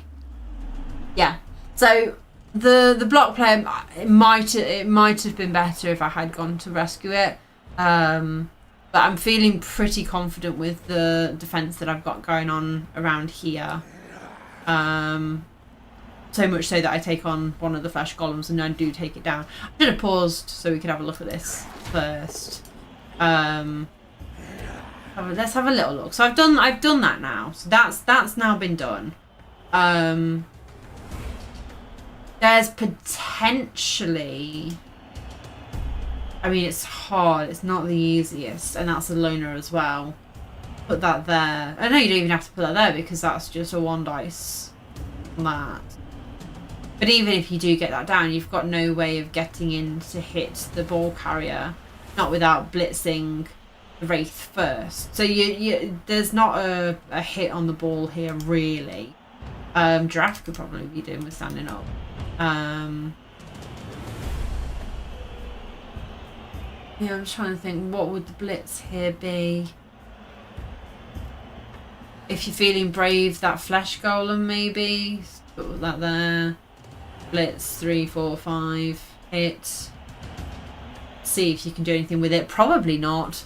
But yeah, let's see. I go for the flesh golem. Oh, that just stood up, so it wouldn't be a free hit. Yeah, so I just reinforce this, then I go for the hit. Yeah, don't get it down.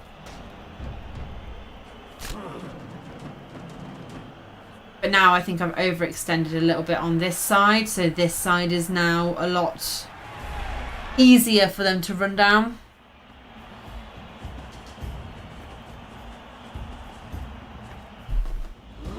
So yeah, I think going for the flesh golem was not the right idea.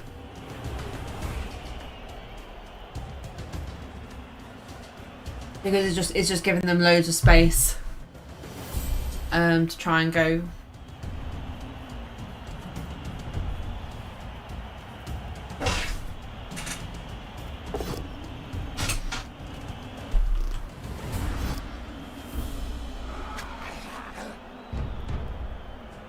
So we've got loads of shapes here that we could play around with and potentially do something with. In fact, we've even, well, no, it's a side stepper, so we don't really have a shape there. Oh dear. Pause, pause, pause, pause, pause. Stop, stop, stop, stop, stop. Okay, right. So I did pick that up because then we've got hits on this. And I've got more than one hit, so even if I take that and don't get it down, I then got that. But I don't want to be taking too many hits on all of these, really. I'm more wanting to get 1 or 2 so I can get players out to run around. Run these around first. Thinking, who would the blitz be on? Maybe this zombie? So you're 1, 2, 3, 4, 5, 6, 7, potentially something along those lines, and get some players round. I don't have a lot though that I can work with. But I do go for the flesh golem, so I've now got this one free, so I can run it down and tag that up. That can then run round. Yep, had to do the dodge to get through, and then we do blitz. Oh, we blitzed that one. Yeah. I think the reason we blitzed that one is because it's protecting the ball.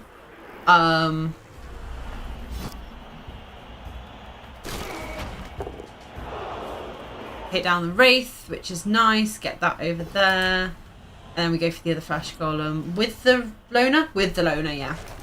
Could have moved this one. Oh, I do move him in. Okay. Left that one because tagging up this zombie is a lot better than trying to hit it. Because that could potentially go bad for this player. He's only got Dauntless, so that doesn't do anything against the zombie. So yeah, basically that was the whole point, was just leave that there, leave that where it is. See how we do. So.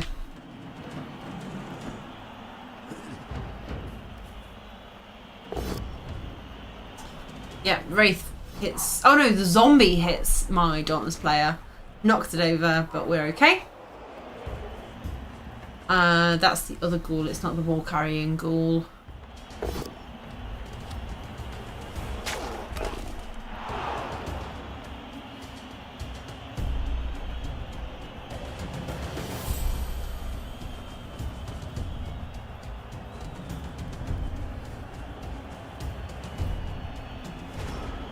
Okay, so ball is in the middle here, and they've protected against this side, but I think this side is where I really want to be, because I can just go for that, really. I think if I hit there and then hit there, that should leave a blitz on that, because I don't want to be dodging them all out, right? That's not going to end well. We've got a hit here if we want it, so a free hit could get that tagging the wolf, but even if it did tag the wolf, it's not gonna do a huge amount. So yeah, I think hit that flesh golem, hopefully get them down. If not, just dodge that out and blitz the ball carrier. I think that's the thing. Probably stand that up and that's... Yeah, we go for that. So I think I was thinking of trying to get the lone around, potentially. Or tagging the wolf if I wanted to go from that angle. Yeah, just trying to intrude as much as possible.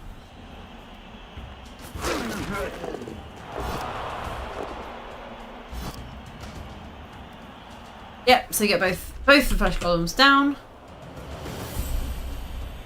I did want to go from that angle, so I did have a 2 dice on it. Yeah. And we get the both down, which is very nice. It's risky because in the snow it's a 3+ to rush. So it's not like necessarily the best idea to be trying to do these rushes. And then I was just like trying to surround the ball as much as possible.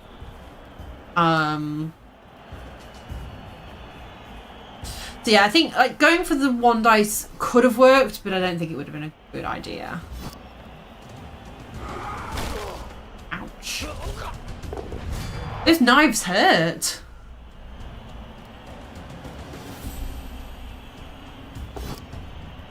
Okay, so they come down for the 1 dice against my loner piece. And was that a dodge or a... yeah, it was an attempted dodge.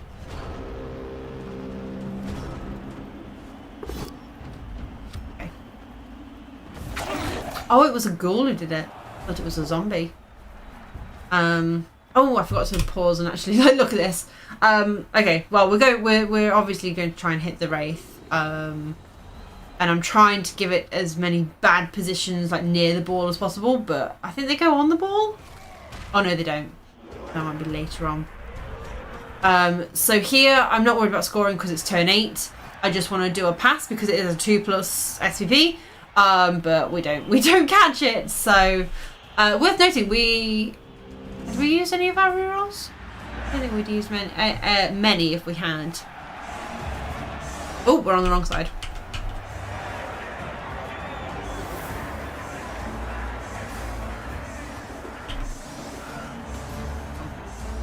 Right, so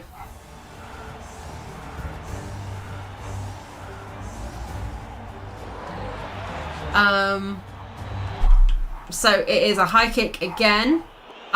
We don't make the catch though. I don't have my catcher on at the moment.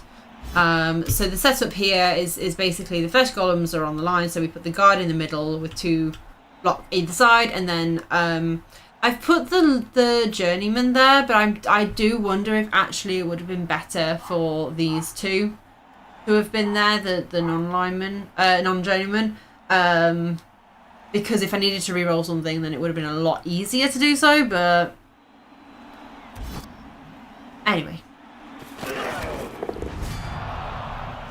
that's very nice. One of the flesh golems KO'd immediately. Unfortunately, the other one did not go the same way. And then they got a zombie down. So I just bring that over to the side, and then I nearly said zoom. No, blitz. Blitz with the other lineman. Get an injury, which is nice. That's 2 removals already. It does regen, so it is going to be back. Well, yeah, on another drive. Half. So we go for the ball. And we attempt to pass because the SVP. So we managed to get it. I think it goes on the pro player. I mean, it could have potentially gone wrong, but I had a reroll on the pass and like skill reroll, and then I had a team reroll. So whether that was the right choice or not, I'm not entirely sure. But I got the SVP for it, so I was farming SVP at that point. Which, when you've got the 2 SVP rule, when you get pairs enough, it's sometimes worth like gaming it a little bit. Right, whoa. So as you can see, I've already done this block. I think. Oh no, where's that? That's in this square. Okay, so I can't bring anything into assist with this hit. And obviously you don't want your corners, page corners, to be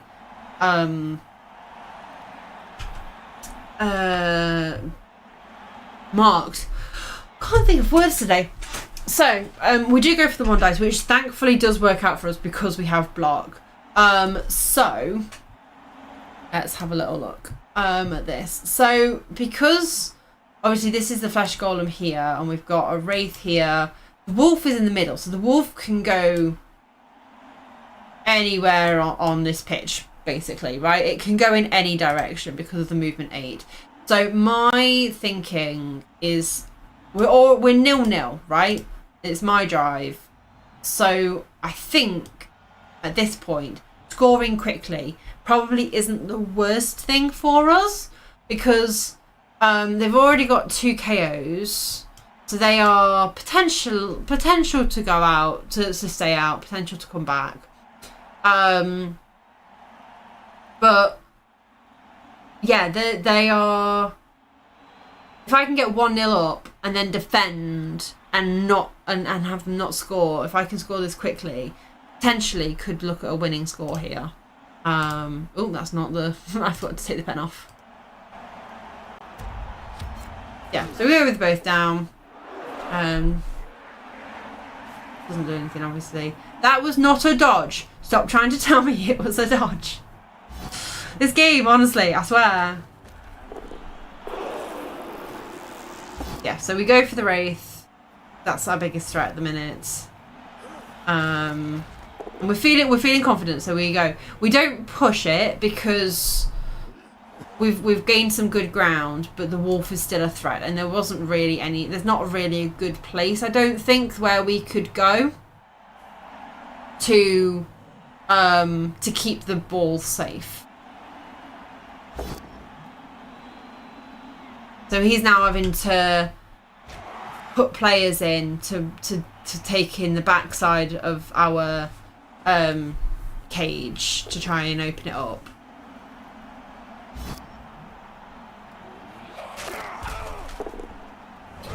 Okay, right. Pause. So, obviously, this player is being marked. That's something we need to change. These 2, I've got a flesh golem right there.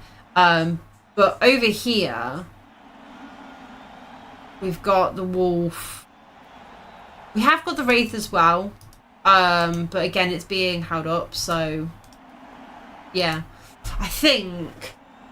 With the wraith being next to the ball carrier, because it can sidestep, this is where it can be a problem. If I were to blitz here, that is the square it would probably go into because that would keep it next to the ball. So I can't even if I do blitz it, if I just push, I'm going to have to probably re-roll it. I've got 3 re-rolls available to me. So if I want to, it's probably not a bad idea to re-roll this if it doesn't go well. but then also looking at where am I going to be going? Like, is it now worth trying to go this way? Because the wolf's now all the way over here, and it is 1, 2, 3, 4, 5, 6, 7, 8. 1, 2, 3, 4, 5, 6. You can't even see 7, 8. It can get to basically anywhere on this side of the pitch, right? Anywhere I go here, except for these 2 sections. But even then, it's 2 rushes, which are 3s at this point, which isn't great. But the frenzy could potentially send me flying off the pitch. So there isn't like anywhere good for me to kind of like, there's no safety unless I get that taken out. Even that's movement 6, that's movement 7, which is too far down now to be able to do anything. If I did get through, that wouldn't be a problem. But yeah, the wraiths would be a problem, and the wolf would be a problem. So there's not really a good thing here in terms of like trying to run away. We're only on turn 11 as well, so we go for the 1 dice on the flesh golem. And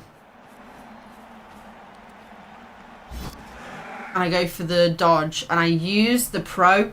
Yeah, I used the pro skill. So that 4 wasn't actually the dodge roll, that was the pro roll, and then I rolled a 3 for the dodge.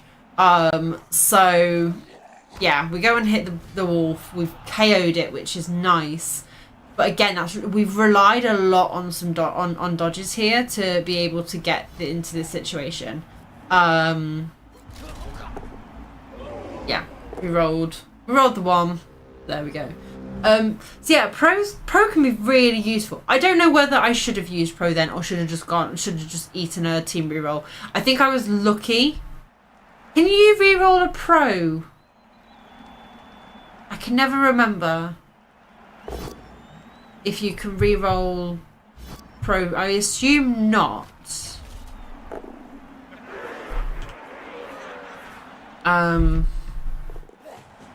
Oh, what happened? Oh, the ghoul dodged as well. They've gone for the loner. Okay, pause. Right, so at this point, we are quite spread apart, and they are starting to push us against the sideline. But we can potentially get the guard in. So if we can get the flesh golem down, we bring that in for the assist. So I've finally got a 2 dice on the flesh golem. Put that in over here. Or over here. Probably there. Hit that.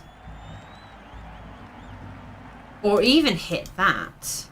Hit that, and then blitz that. I wonder if that would be the way around to do it. So you stand those 2 up as well, obviously. You'd hit that away, and you'd blitz that, hopefully away. It might go there. But even if it goes there, then it's not on the ball carrier anyway, and I can go. Right. No reroll on a fail pro. I did think that would be the case, but I seem to remember somebody saying something about being able to reroll pro, but I don't know. Oh, you can reroll the failed pro roll, I think, because it's a separate roll from the dodge roll. So if I'm doing a dodge roll, I then roll pro fails, so I re-roll the pro but not the dodge, and then I roll yeah, because if you re-roll if you roll pro and you roll a 3 or lower, you failed the pro roll, so you can re-roll the pro. You haven't re-rolled the dodge at that point, so you can re-roll the pro to hopefully re-roll the dodge. Does that make sense? I think that's what it is.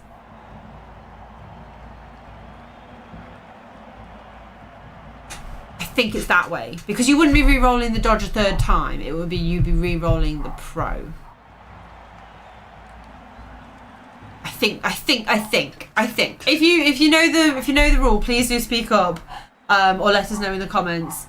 because I believe that's how it works. I don't use Pro on tabletop very often, so I've never had to do it. And obviously Blood Bowl 3 quite often does these things automatically for you, so you don't have to really think about it.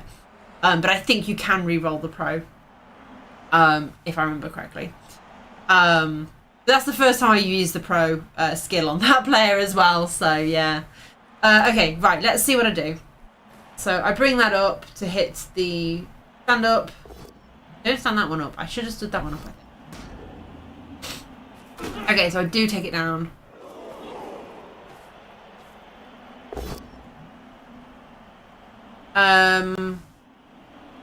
Okay, so I take down the zombie. Yep, KO. And then blitz that. Take it down. Cool.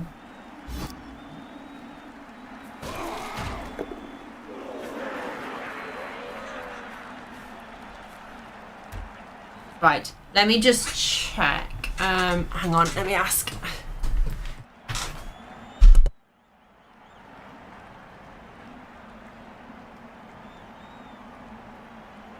He can't hear me, he's got his headphones in. Oh. Yes! Can you come up here? I don't want to shout. Can you come up here? I don't want to shout. Oh, okay, fine. Okay. He's cooking, so he'll be up in a second and I'll answer our question. Because if anyone will know, it'll be Day Day. Right, so then I try one last dodge and don't make it. Oop.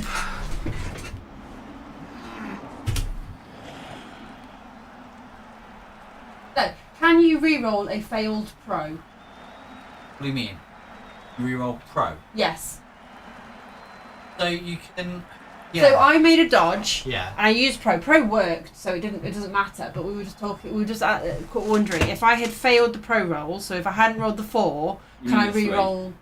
Oh, Pro's 3+. Was it 3+? Can you use a team reroll on the Pro? On the Pro. Yes. Yes, I thought you could. But you can't because you've attempted Pro. Yep. You couldn't go fine. I'll just use the team reroll. You can't do that. Yeah, you can't use the team reroll on the roll you were attempting to use Pro on. You can use the team reroll to reroll the Pro roll. Yeah. Yeah. It does mean if you've got Brawler and Pro, you can have a fun interaction where if you roll both down and say a push, what you can do is you can actually Brawler the both down and Pro. See what you get, and then if you're not happy with it, but it's still safe. Let's say you roll another push. Reroll you might as well Pro the other bit. Yeah. Yeah, I did. I thought you could. Yeah, because Pro itself is a separate role, and you can re-roll basically any role apart from obviously armor and injury. So once it's been re-rolled, so for example, if I failed the dodge, Pro'd, didn't make the Pro, re-rolled, made the Pro, but then failed the dodge from that, I then can't. Yeah, there's layers upon layers with it, and it can get very confusing. But that's like that's something that you get. Yeah. Anyway, right, let's continue. that was a whole side conversation. So my Pro players are all the way up here. They attempt a dodge there. Yes, they're blitzing, so they re-rolled their dodge.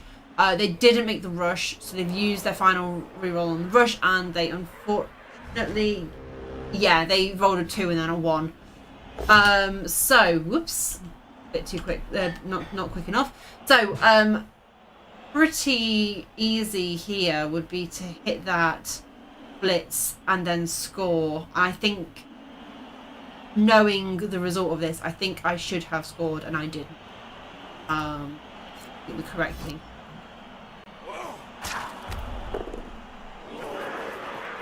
So we then go and blitz Ghoul away, get it down.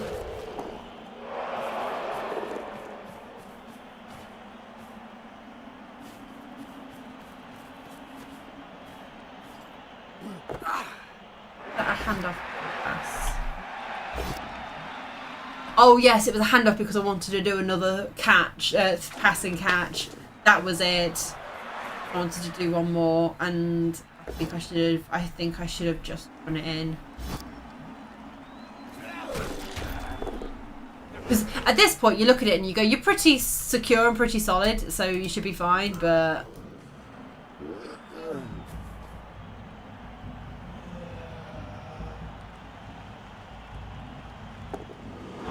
Yes, they tried to rush again for the hit. Yes, it was a blitz action, so they were going for the hit again. Right. I should not have done this. This was not what should have been done. I should have moved this over here, moved this over, and done that over here. Because although this worked, that was really risky. It was unnecessarily risky.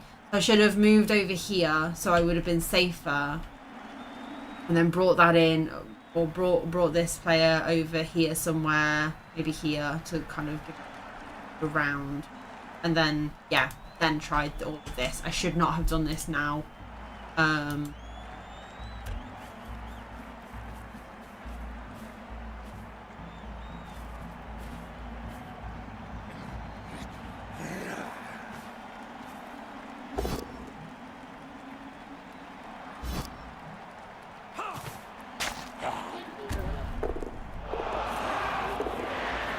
Again, I'm doing a lot of dodging, and I don't think I should have been doing as much dodging as I ended up doing.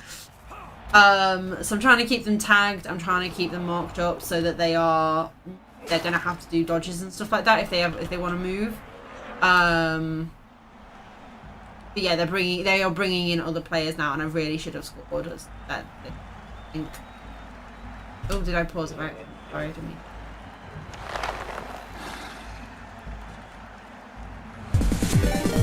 Hey, Dave and Sylvian!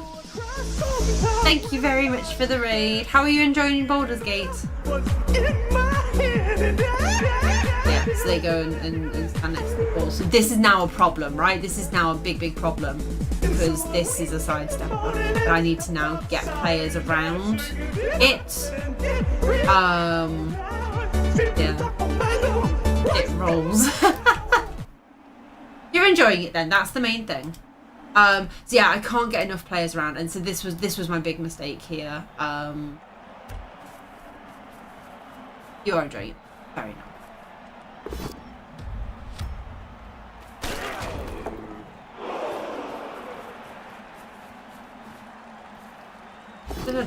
Yeah, so now I've had to dodge out of try and do the blitz, and I failed the dodge. I think that blitz might have been the better one. But it is what it is, and it's what cost me.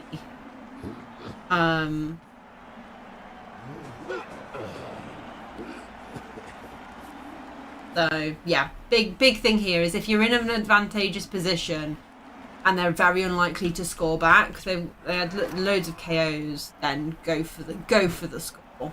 Go for it. That was the ball carrier, so now I've got the ball on the floor and I've got sidesteppers next to me. Like, there's not much I can do here. And then that unfortunately bleeds the last free roll.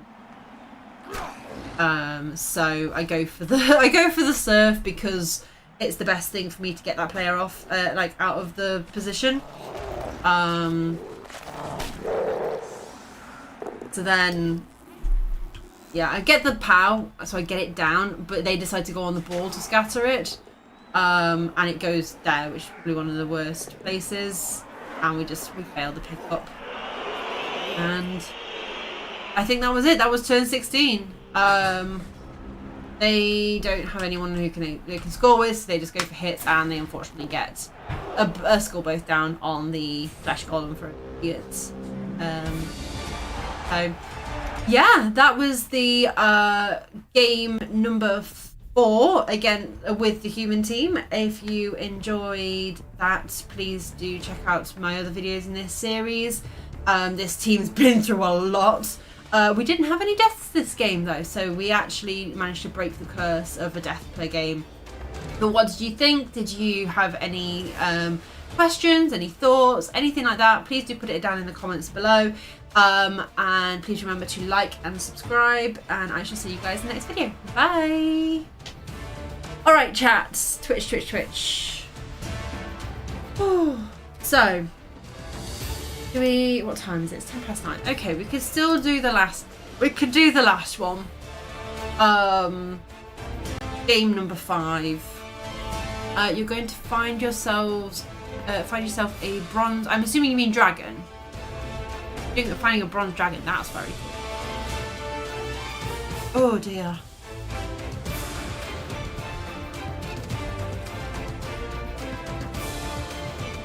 It's charging it.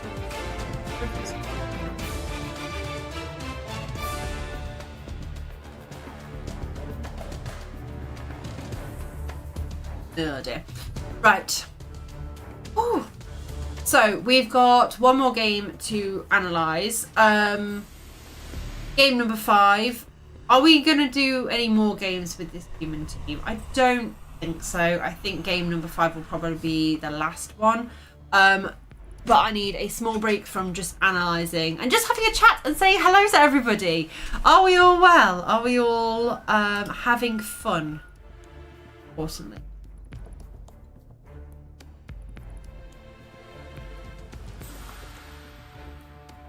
Oh, yeah.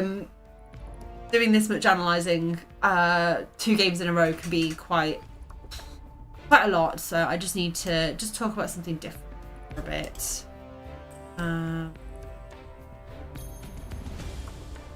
Have we all seen the season 6 announcement, by the way? If not, can you tell I'm excited? And is it even just a little bit obvious that I might be ever so slightly excited about it?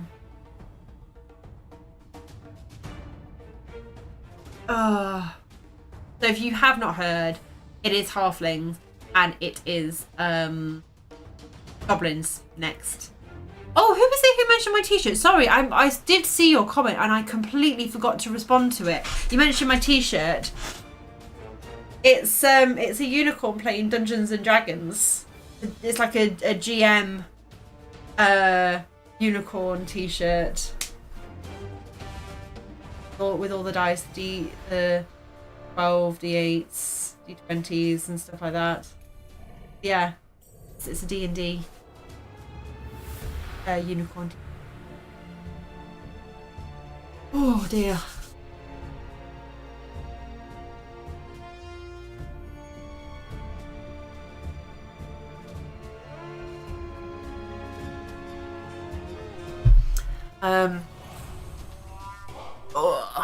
So should we do? So we're going to do game number 5, right? I need to do the outro to game number 5 as well because I completely forgot to do that. Love me some dice. I mean, you can never get enough. I have over here. Sorry, I have this as well because I have the Avatar: The Last Airbender.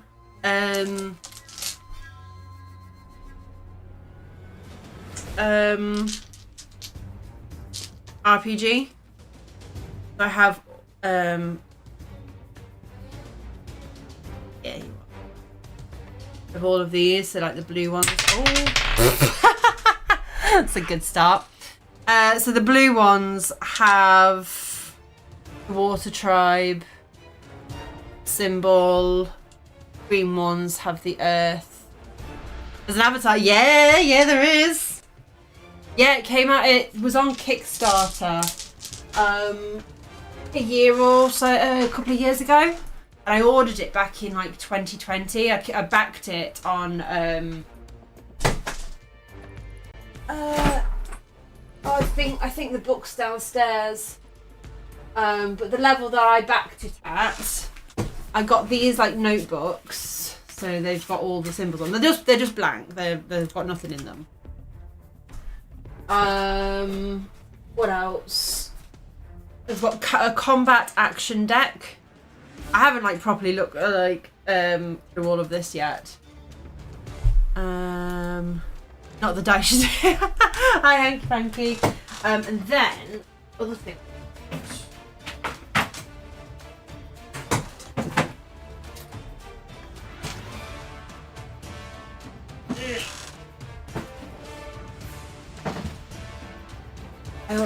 other thing I got was this. So I've got a map, the one that you see in the intro to the show. So yeah, as soon as I saw that this was one of the options, I was like, give me that mat. I need that mat yesterday. So yeah.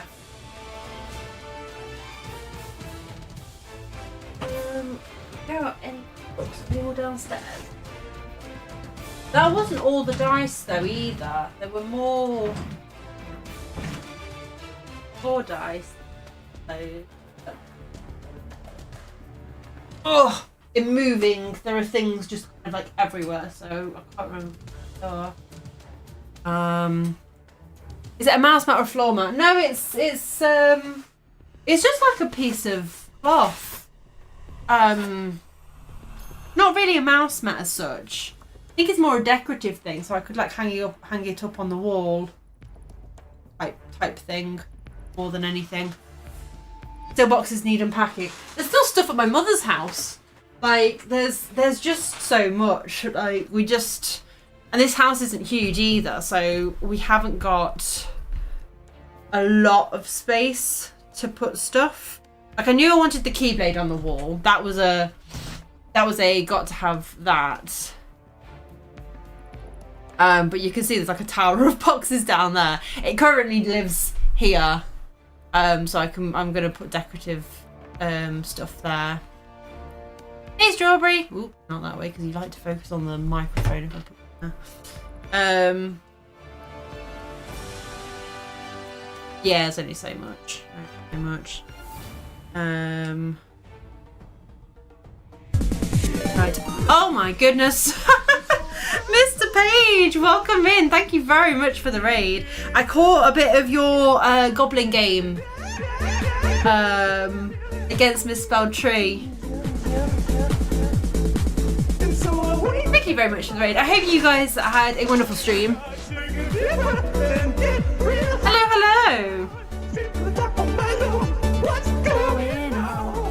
Hello everybody. So if you are completely new to my stream, hello, my name is Izzy Bess. I'm looking forward to next week as well. Are you gonna go for more goblins or more halflings? Like, which do you have a preference?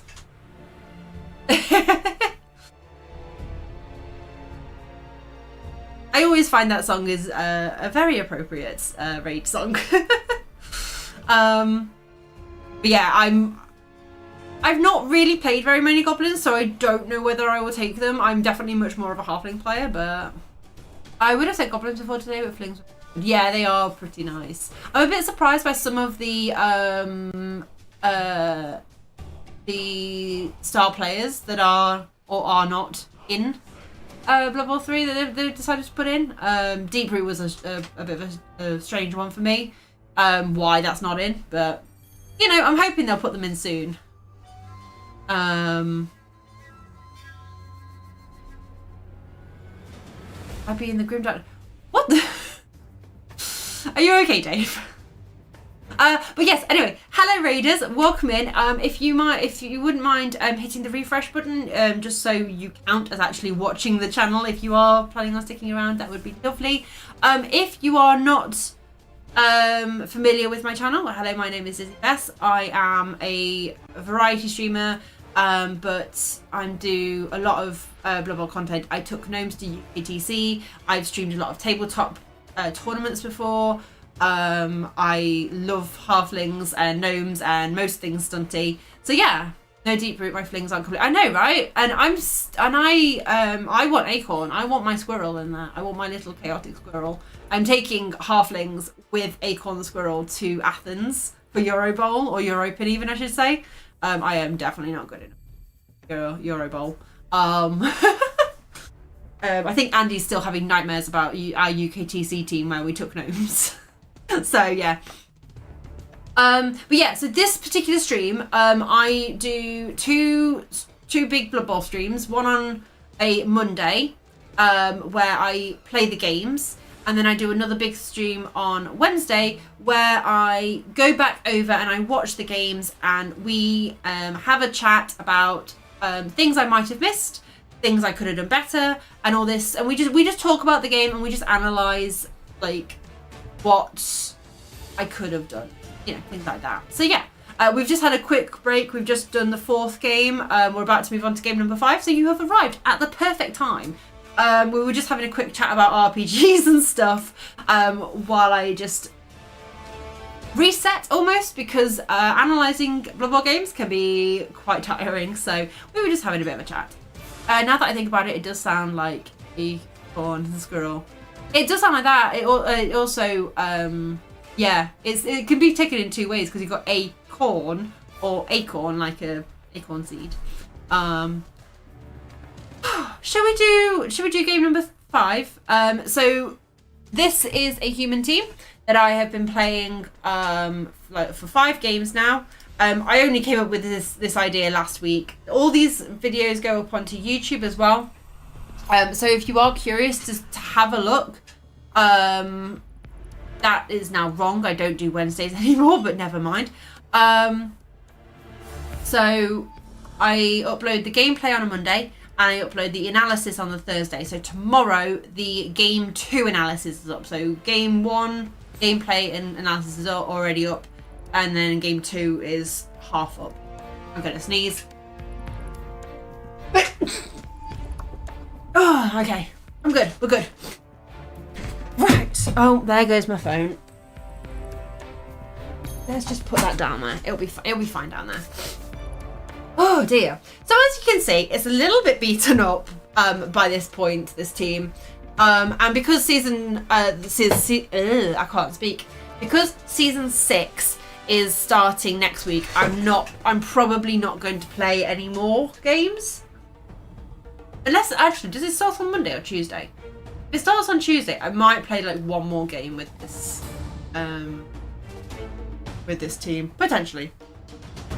Oh dear me. Right, so this is the last game of the lot that we're going to watch. As you can see, it was a draw. I'm apparently pretty good at drawing. I've only won 1 game so far. Every other game has been a draw. That just seems to be a bit of a theme at the minute, which, you know, I'm okay with drawing. I just want to be able to turn those draws into a win, which is what these analysis games, analysis streams are about. Exactly, Unconformed. It is definitely better. Hey, Torek, how you doing?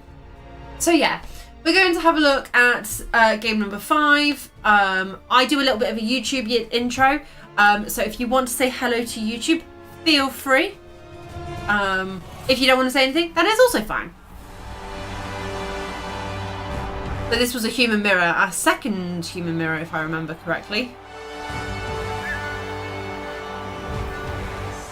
Right, I'm just going to pause it there. And he does his little spin. There we go. Right. Draws are fine, but blood is slightly better, isn't it? I mean, always for you, Strawberry. Always for you. Right. Hello YouTube, welcome to game number 5. This is part 2 where we look at the game and we analyse the different plays, and chat gives me some suggestions and we just talk through everything. If you've got any questions or any comments, please do leave them down in the comment section. If you missed the gameplay video, that will be linked up above. Without any further ado, let's get started. So they got to pick, and they picked to kick to me first and defend. It's worth noting they have got 2 journeymen and only 1 blitzer. They have a thrower and a catcher. We do not have a catch. Oh no, we do have our catcher. We have our catcher back for this game. I forgot because they were gone for the last game. But yeah, so we've got a lot more block than they do, and our catcher is severely injured. So they got a blitz immediately, which is slightly frustrating, but it happens. So they could only move 4 of their players. So they moved 1, 2, 3, and 4. They didn't actually hit any of my players. I did my best to set up for an anti-blitz where I could, but they'd spread out so far along the line that there was only so much I could do. Really, I think I should have put someone... No, let me pause it. So, as you can see, I've already started doing some blocks on the line. I really think... that one's tagged. But I really think I should have brought at least the pro player over here and then potentially catch. Like, I should have brought some other players around to cover the ball a bit more. I think going with the blocks immediately isn't the best in this situation, because it's very open for them to just pick up the ball and run in. Like, that catcher is 1, 2, 3, 4, 5, 6, 7, 8, 9 squares away from them. So it's a pick up and a touchdown, a rush for them. Hey, Darth Otter! Hello, how you doing? So yeah, I'm not overly pleased with the beginning of this. I think there were better options first. Thankfully, I'm not punished for this though, which is very nice. Which means I am able to, I move the journeyman up at the very least. This catcher is still very much a danger to us. We go immediately for the hit. We get the ogre down, they're both down, and we stun it, but we don't kill it. Unlike ours last game before. Home from work, it was a soggy drive. Ooh, those are always fun. So we finally go for the ball. Good thing we have sure hands. It doesn't matter because we roll double one anyway. So, yeah. First turn, I think I know I wanted to free up some of the players to get them over here to assist, but I think I should have started, if I was going to do that, I should have started with this block so that I could immediately run the journeyman over. I think that should have been a first thing to do rather than doing all the hits over here first. This player is now completely, I mean, they are stopping them from running down here, I suppose. But yeah, I'm now having to play a lot of catch up. I mean, getting a blitz doesn't help, but yeah, I think it would have been better to have moved some more players up earlier. But yeah, so their turn.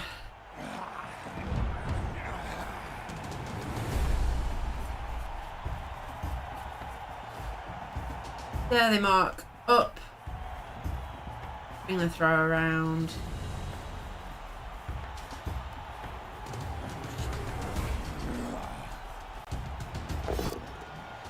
And they go for the hit on one of my linemen.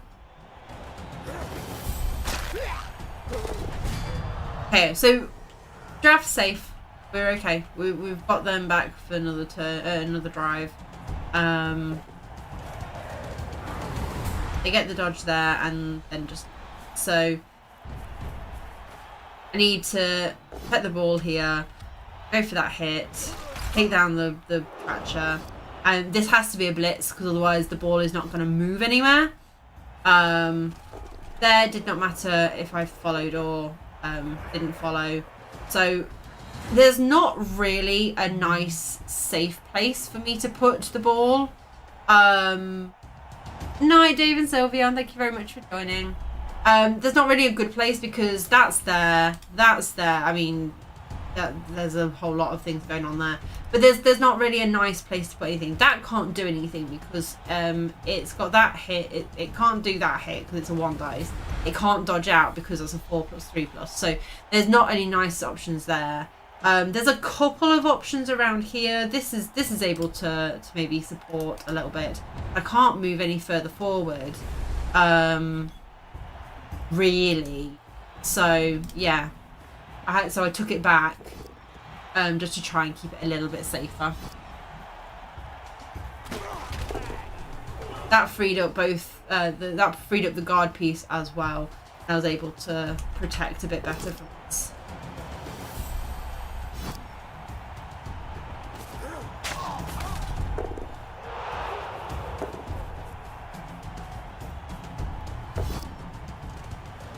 I did go for this 1 dice in the end. I think I don't like getting too 1 dice happy. Oh, I'm sorry, Fairy. I did mean to get that back up. I promise it will be up by the end of this week. It will. So yeah, they've got a lot of good positioning around. Yeah. They start marking up a fair few of my players. So I'm feeling a little bit surrounded and pulled apart. And they go for the blitz on the ball carrier. It's only a 1 dice, and I do have block, so they get me down, but it's a bit of a risky one for them. Oh, Torek, thank you very much for the 13 months. Been streaming for 12 hours. Oh my goodness. Yeah, no, don't. Go rest. Please, please, please go rest. Right. Ooh, I meant to pause that before that moved, but that's fine. So, this is the situation right now. We've got that stunned. These two are on the floor. Yes, go enjoy your go and relax. So, first thing we want to do is get this off the ball, right? So we want to take that down ideally. Presumably pop it there, if we can. This is only the catcher though, so if this doesn't, that can't do any hitting because that's just a mess. So we want to probably start with that to hopefully move it off of the then we can look at maybe blitzing away something. So if we get that away, we could potentially stand that up. Or we could put that there and then blitz that and do something along those lines. The catcher really, I think, really needed to be the one to try and get the ball, potentially run off with here. The ogre's not doing a huge amount there, but it is tying up Dukes, which I don't overly like, and we can't really take that away. So yeah, there's not any really good options here that I'm personally seeing. For us, I mean, there's a lot of like options with block and stuff, but not, yeah. So we do go for that first. We get it down.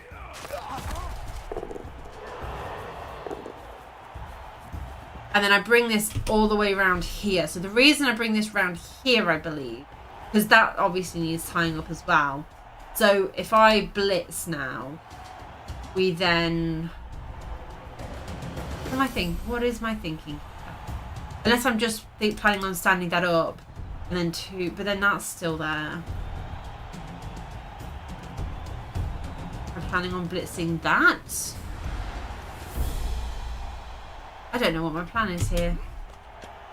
I go for that. Oh, so I don't have to dodge out. Okay.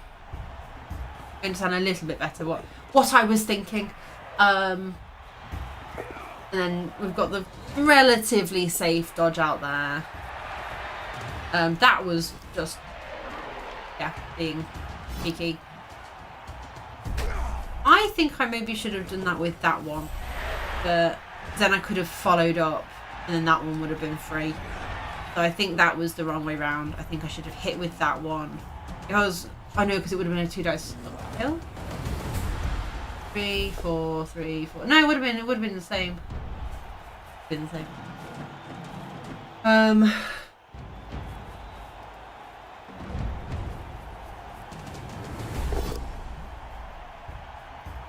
So they go for my block piece, and ball is now marked up.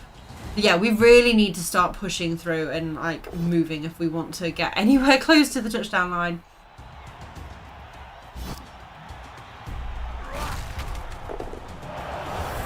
Okay, so this is the situation we've now got. This is now back into play, so we can bring that in if we want.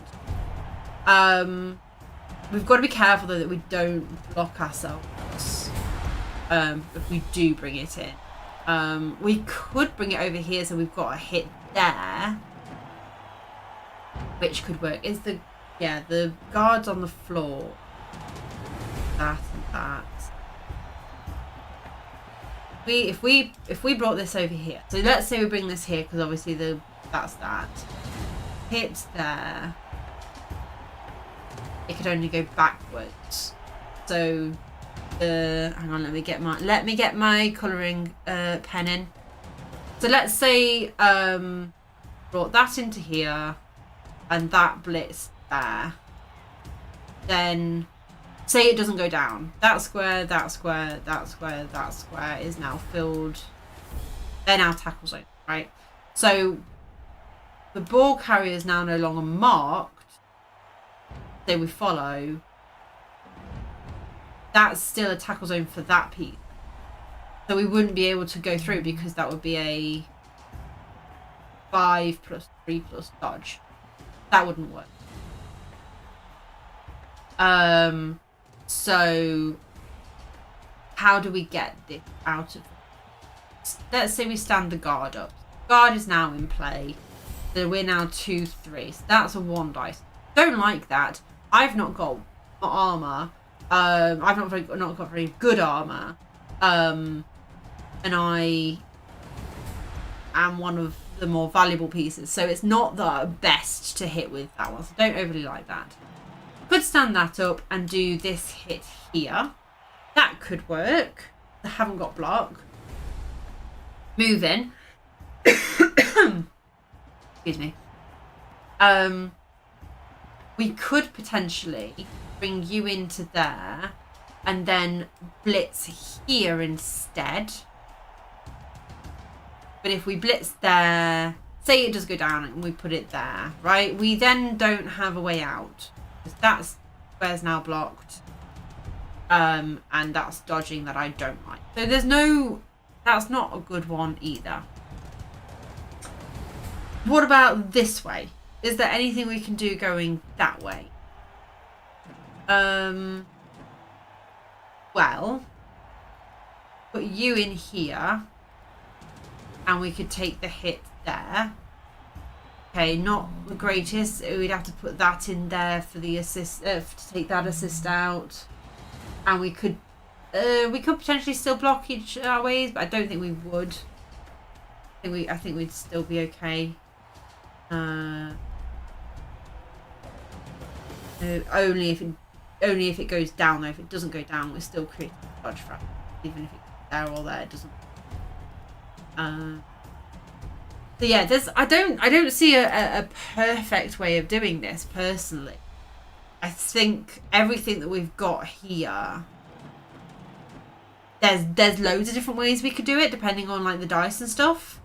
Like if this goes well, then okay, then move through and dodge through and stuff like that. So yeah, it's very much I don't see a perfect way of doing it. Let's see what I do. So I stand the guard up, stand the pro up, and I go put the pro here. Was that a blitz? It was a blitz. Okay, so I did blitz this, and I did get it knocked down. Without bringing in that extra assist because I had the guard up. Okay, and then I took the actual hit because I had the 2 dice. I go for the dodge, and then this dodge does not work. Did I try and reroll it? I did try and reroll it. So I used a reroll and it failed. So now they have a hit on this side. Ooh. Okay. So yeah, it did sort of work for me, but I don't know how well it really worked. They don't go for a block piece though to hit me. They go with a blank piece. They do knock me down, and they go for the pro player as well. And then they get the catcher in as well.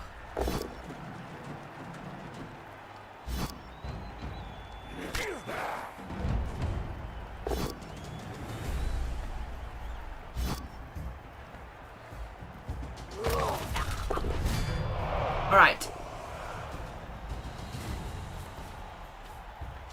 Yeah, we are not looking great. Again, we're in a position of what are our options here? The guard piece is over here, so this is not helpful here, really. So ideally, we're wanting to take this hit so that can run round to here. Are we wanting to try and hit me? Again, I don't see a good way.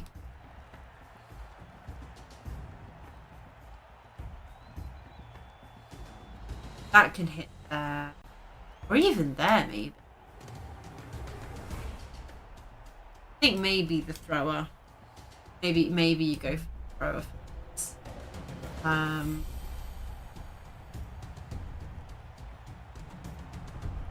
Don't know. No, I'm not sure. Let's see what I do. I stand the pro player up. Do go for this hit with the block piece.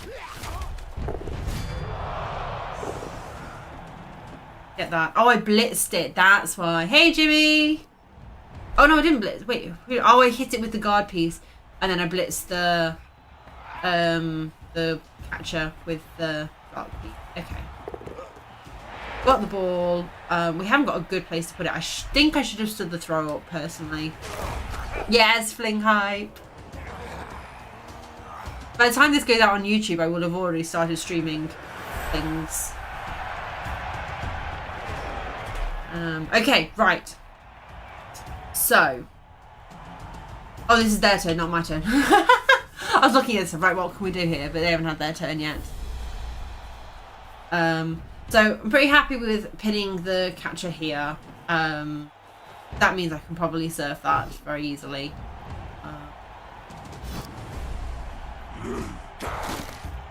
That's unfortunate, but fine. I do get the pow on the catcher, which again is fairly annoying.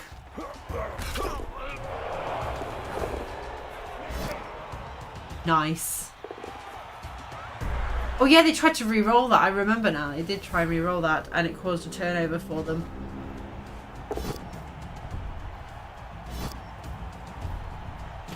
Yeah, that's just gone. Get that gone. Off the pitch.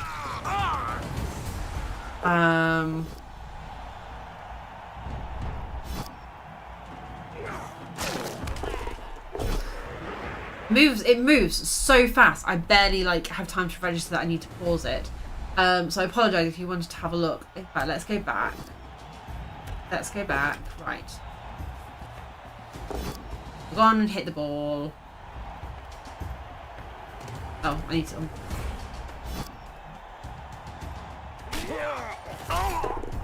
hit the ball, and then they go for the pickup. So they dodge out and they go for the pickup. And then it causes them to... Right. Pause it. Okay. So, at turn 6. So obviously we push that off the pitch, right? That is a goner. That catcher is just gone, right? It is off. Bye. See you later. Yeah? No need to worry about that. So we then need to worry about this piece, because obviously the ball is on it. So we can probably... That's stunned over there, so that's not helping us.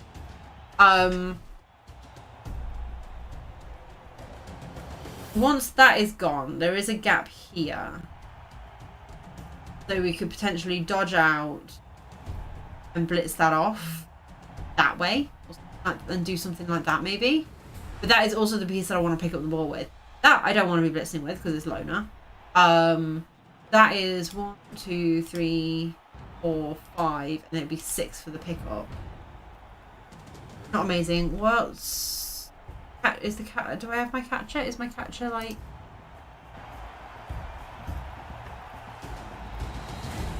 Where is my catcher?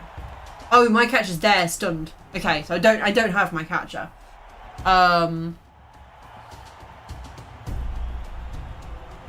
So I don't have any good players I can dodge around. Out. Field movement 6. 1, 2. You can only get to there. You can't be helpful really. And even here, I can probably hit that away. Or hit that's a 2 dice, right? I can do that hit, because then that's potentially free. I don't want to then blitz with that, so we'll watch it through. So I blitz off. I hit off the catcher. Catcher's gone. Do a hit over here. Freeze up my guard piece. I'm just doing a lot of things in the middle here. to just try and like strengthen my position a little bit.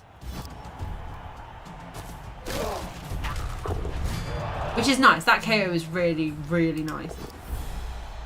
We get that hit. I still haven't blitzed. I haven't done the blitz this. That is very nice. I badly hurt a lot from it. So I think, yeah, I go for this blitz, don't I?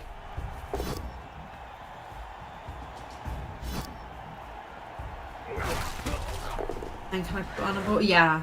So basically my plan was not to blitz this off, but just to make it harder to put the ball. And sometimes I think that's what you have to focus on more, is making it harder for your opponent rather than trying to get the ball. I think I did play that correctly. I love some violence even replayed. So they've gone for the ogre blitz, which is very brave of them. I then just catch the ball. They do one thing. Ooh. Okay. So this player was like lying down over here, and I've just put them up and run them off. So I now have to find a way to break through. I've got a couple of different options. So I think you hit here,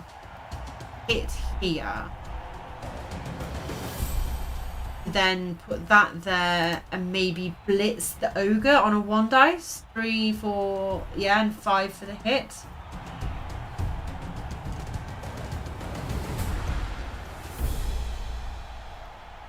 And try and get that away so that you don't have to do the dodge. Because there's a 2+ for the 1 dice with a reroll, or it's a 3+ for the dodge. Now, if you're not, so the reason I say 2+ for the hit is because of block, both downs, and all that kind of thing. I've only got 1 bad result with that, whereas with a dodge, I've got 2 bad results. So it's like, I think that's the way to do it. Don't need to worry about these 2 players. Like, leave them on the floor, leave those, or you could stand them up if that goes down. If you can stand them up. Oh, there is a player there. Also, we can even like push some people away and make it much harder as well. Yeah. Yeah, we hit that away. Didn't matter if the follow or the follow. Rerolled that because even on the pro would have been bad. Didn't want I shouldn't have. I don't think that was the blitz. I do not think that was the blitz. I think I should have gone for the ogre. So I'm now praying that this dodge works, which thankfully it does, but yeah, I think that might have been the wrong way to do that. I do go for the catcher because the catcher's got a dodge reroll, but fails the dodge reroll anyway, so yeah.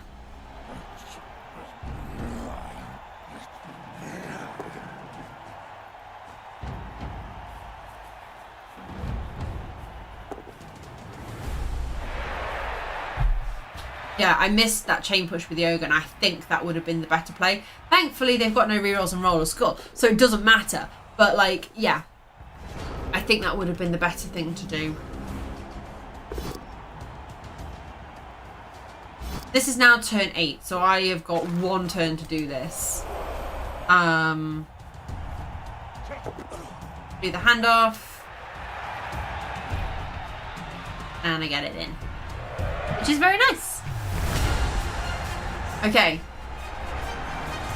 So we now go into their turn 8. Is it their turn 8? Yes, I think it is. They get a 1 turn attempt. I don't think they go for it. Don't think they try it. Changing weather. It is now really sunny, which means passing is harder. Which doesn't really tell you very obviously. I wish it was more obvious in it telling you what the weather is. That's a bit frustrating getting that injury. Is what it is. I think I forgot that it was turn 8. I think that's why I set up like this, because I didn't actually realise it was turn 8. So I would have set up further back if I'd realised. Yeah.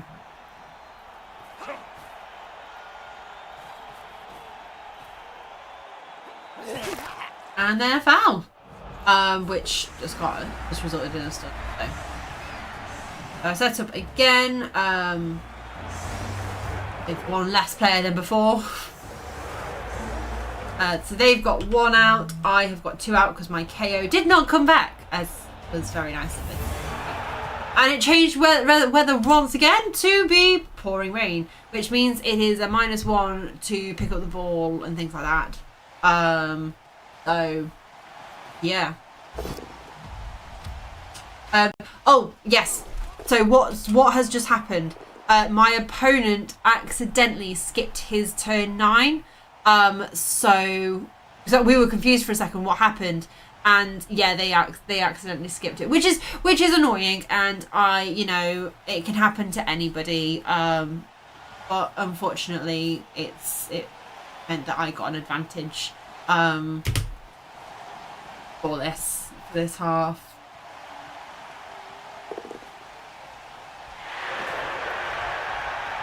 So I used it to try and put as much pressure forward as possible, putting in a couple of rushes, and really yeah, I'm trying to use it to my advantage.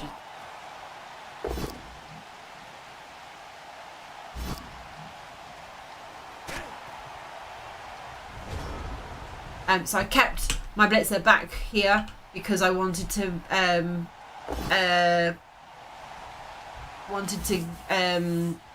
make sure that I had someone back in case they did get the ball and ran forward. Because if I pushed everyone forward, it could go very wrong. Oh, excuse me. Okay, so they don't get they do get my catcher down, but not in the way that they would have. Definitely.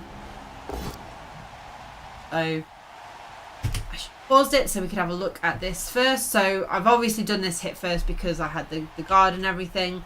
I think what I should do is do this hit, put this marked here and this marked here, stand that up and run. 3, 4, 5, 6, 7, 8. I think that's what I should do. I mean, the catcher can always get to me. And depending on if I do anything else, I think I probably have put in another player to mark the catcher potentially. But I think that's what I should do. I think I should just go for the ball. So even though I don't want to score on the catcher because of I even go for the blitz on. Oh, I blitzed that person. Okay. I didn't even realise. I completely not seen that there was a person there. I think I stood there, so rather than having them, they had to go around me, or they had to find a different way around me rather than just me marking them up and potentially giving a free hit.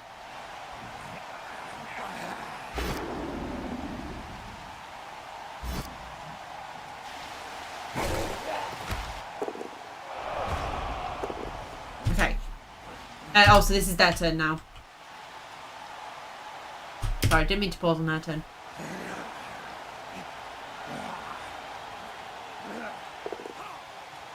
So they dodge away and blitz my catcher. They get the POW. It's they re-rolled it. They have every time there has been something like this happen, they've re-rolled it.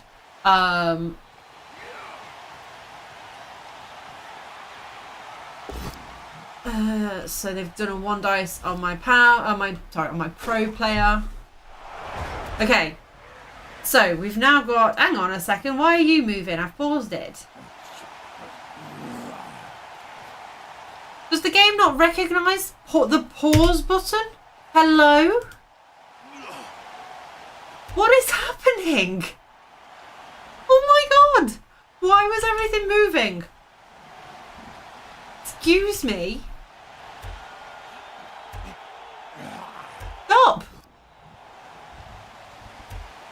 for that. That's not my team. And then pause.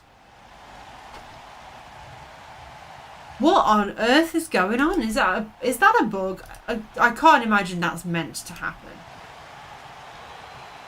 Oh dear, that's annoying. Okay, so we want to get this right, and so we've got these that can mark up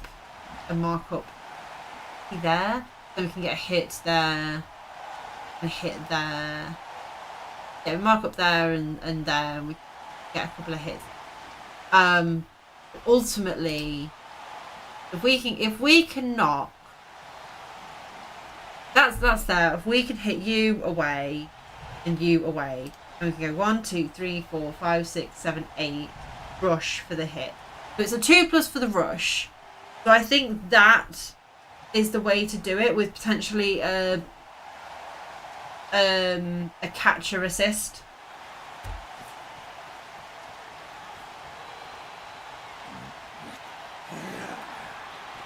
Yeah.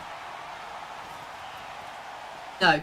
So I think that's where I've messed up. I think that's where I should not have moved that player. Yeah, so I've now failed that dodge. I think it would have been way better to have done the blocks, given myself space and gone through. So the ogre's not standing up.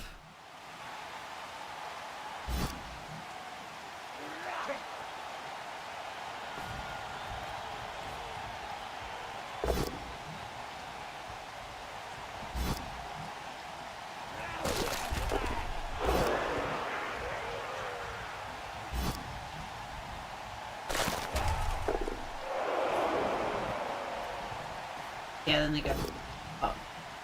Which they get both down, so they don't actually get away. But my catcher is now stunned.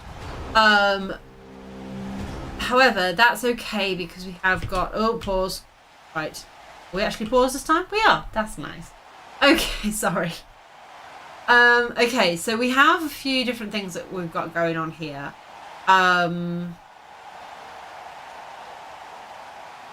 I feel like bring you in for the assist, you in for the blitz. 1, 2, 3, 4, 5. So say the ball bounces to there. 5, 6, 7, 8. I think we just do that. Or we can't move 8. There will be a rush. So we move you in there, blitz to there, go and hopefully score. I think that's just the way you do it. I don't think stand that up. And that, but I don't think you count. I see. I don't think I think I should have blitzed with the guard rather than with the player that was down.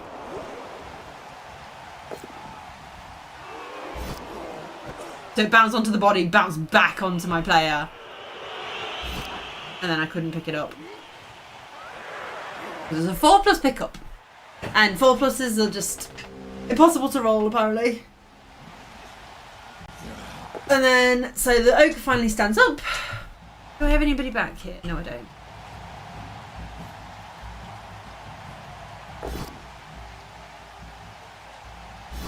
So they go for the push.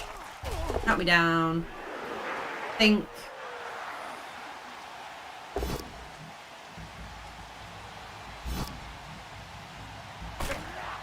This is getting harder and harder for me to now like come back from, because I had that failed pickup and everything.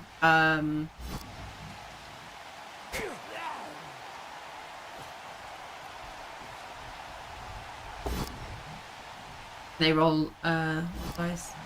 Hey, happy face, how you doing? Yes, I'm good, thank you. Very few 1 dice being thrown here without block, which is worrying. Okay, right, let's have a look at what we've got. So, you're basically not able to do anything. You potentially could, if you blitz onto the, like, and push you onto the ball, possibly. That could be a situation.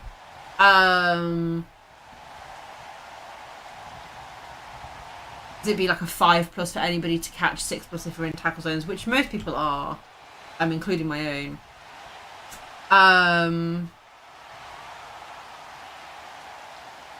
Yeah, I do wonder if that might be the best thing to do, is to just blitz the catcher and hope for the best here.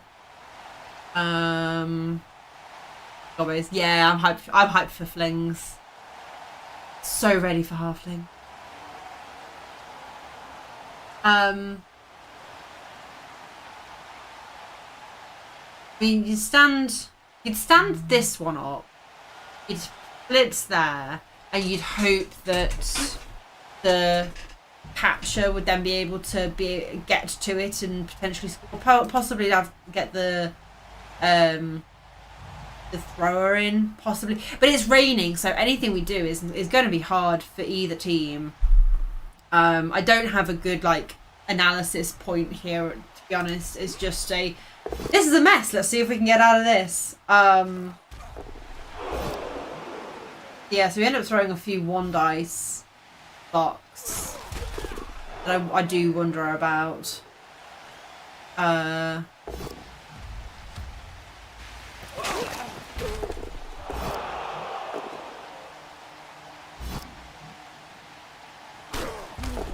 think at this point it was more, we've got to just stop them from trying to score. It's a mess. It's a lovely description of football. I mean, I'm very good at making messes. If you ever play me in a tabletop tournament, I make there's always a lovely mess in the middle of the board that we've always got to figure out how to get out of. And yeah, so they try and pick up the ball, or did they push me? Oh, they pushed me onto the ball and scattered the ball onto their own player and rolled a 6, which is all you need, right? And then, yep, so they're away.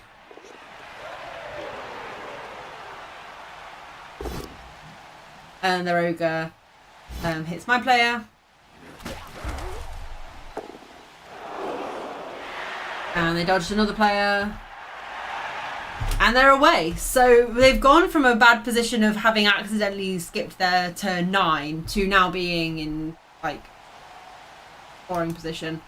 So we've not really, the catcher sort of get close, but not really. You can go, you can blitz them. 1, 2, 3, 4, 5, 6, rush. And I think that's just basically the only thing. Everything else is going to require dodging, right? Everything else. Didn't mean to do that. So even if I get the catcher here, right? Where's my pen? If I get the catcher to here, right, then they are 1, 2, 3, 4, 5, 6, 7, and then they can get basically to here, right? That can move 6, so 1, 2, 3, 4, 5, 6. So I suppose bringing the catch around would have been a good thing to do. Dodging that out for the blitz also is not bad. But they're the only 2 things I can really see that are potentially going to make a difference. Anything else is going to be unnecessary dodging and stuff. So we'll see what I do. So I moved that player away so I don't have to make the dodge with the catcher. And I think I shouldn't have gone that way. I think I should have gone this way. Because yes, I'm tagging that player out. I suppose tagging those 2 players out is better. Did I reroll it? I did. And I double wand it. Is it just me? Or are dodges and things like that, or rushes, double wanting, becoming way, really, really prevalent in Blood Bowl 3? Am I just that unlucky? Oh dear. Whoops.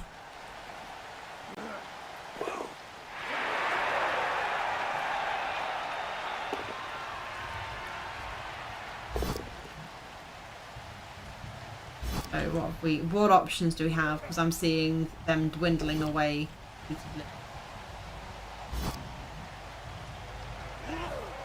Make a post about it on Discord for Blood Bowl 3 and someone will do the math for you. I know. Okay. So I have 1, 2, 3 players on the floor over here. That one as well, but that's just out. This player, no. This can't even do the hit. This, not even the catcher can do the hit. Nobody can hit this. Right, there is just not a hit to be had on this player. Right? I could maybe just about mark it. That's with a catcher who's strength 2. So I don't see anything really that I could do other than whatever it is that I did do, which is to, I think, hit the ogre. I think I just was like, fuck it, I'm going to hit the ogre. It was turn 15, so I think my best chance at this point was a 1-turn touchdown. Yeah, I failed the rush anyway, so fine. They score, so we've got to try and attempt a 1-turn touchdown, which I think I do try. So, 1-turn touchdowns, how do they work for humans? I'm going to let myself set up first and I'm going to pause it. As you can see, I... Oi! Okay. I'm out. We got an extra turn anyway. Right. So, the thing with 1-turn touchdowns is you are wanting pushes, right? So this right here is the player that I am going to attempt to score with. So I basically want to generate as many different pushes as I possibly can with them. So you start off with a blitz and you hit this diagonally. Yeah, an extra turn, don't worry about it, I know. I still wanted to try the steps of doing a 1-turn touchdown. So yeah, we blitz into here.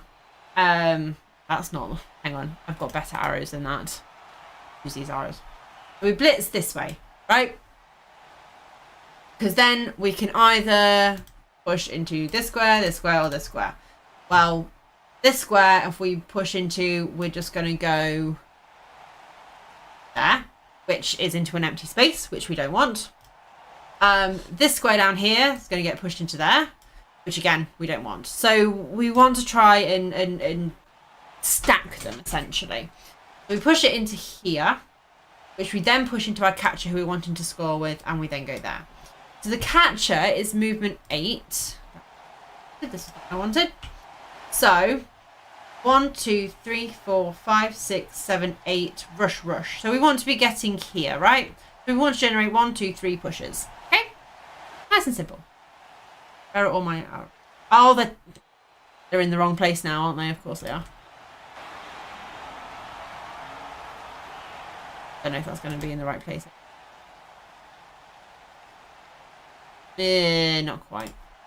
So there to there to there. Okay. So once we've done this hit, normally I'd like to move it around to help generate a push later on, but we don't have the space for that. We don't have the players for that. So we've just got to leave it. Then we want to push. So we then want to fill this square in here because we want to then... No, we don't. Hang on. What did I do? I think I worked out...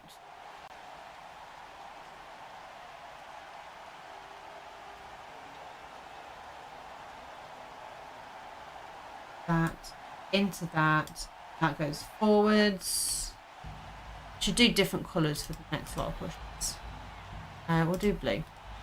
So you do that into that, then goes there, and we do pink. So the player should now be here. So you then do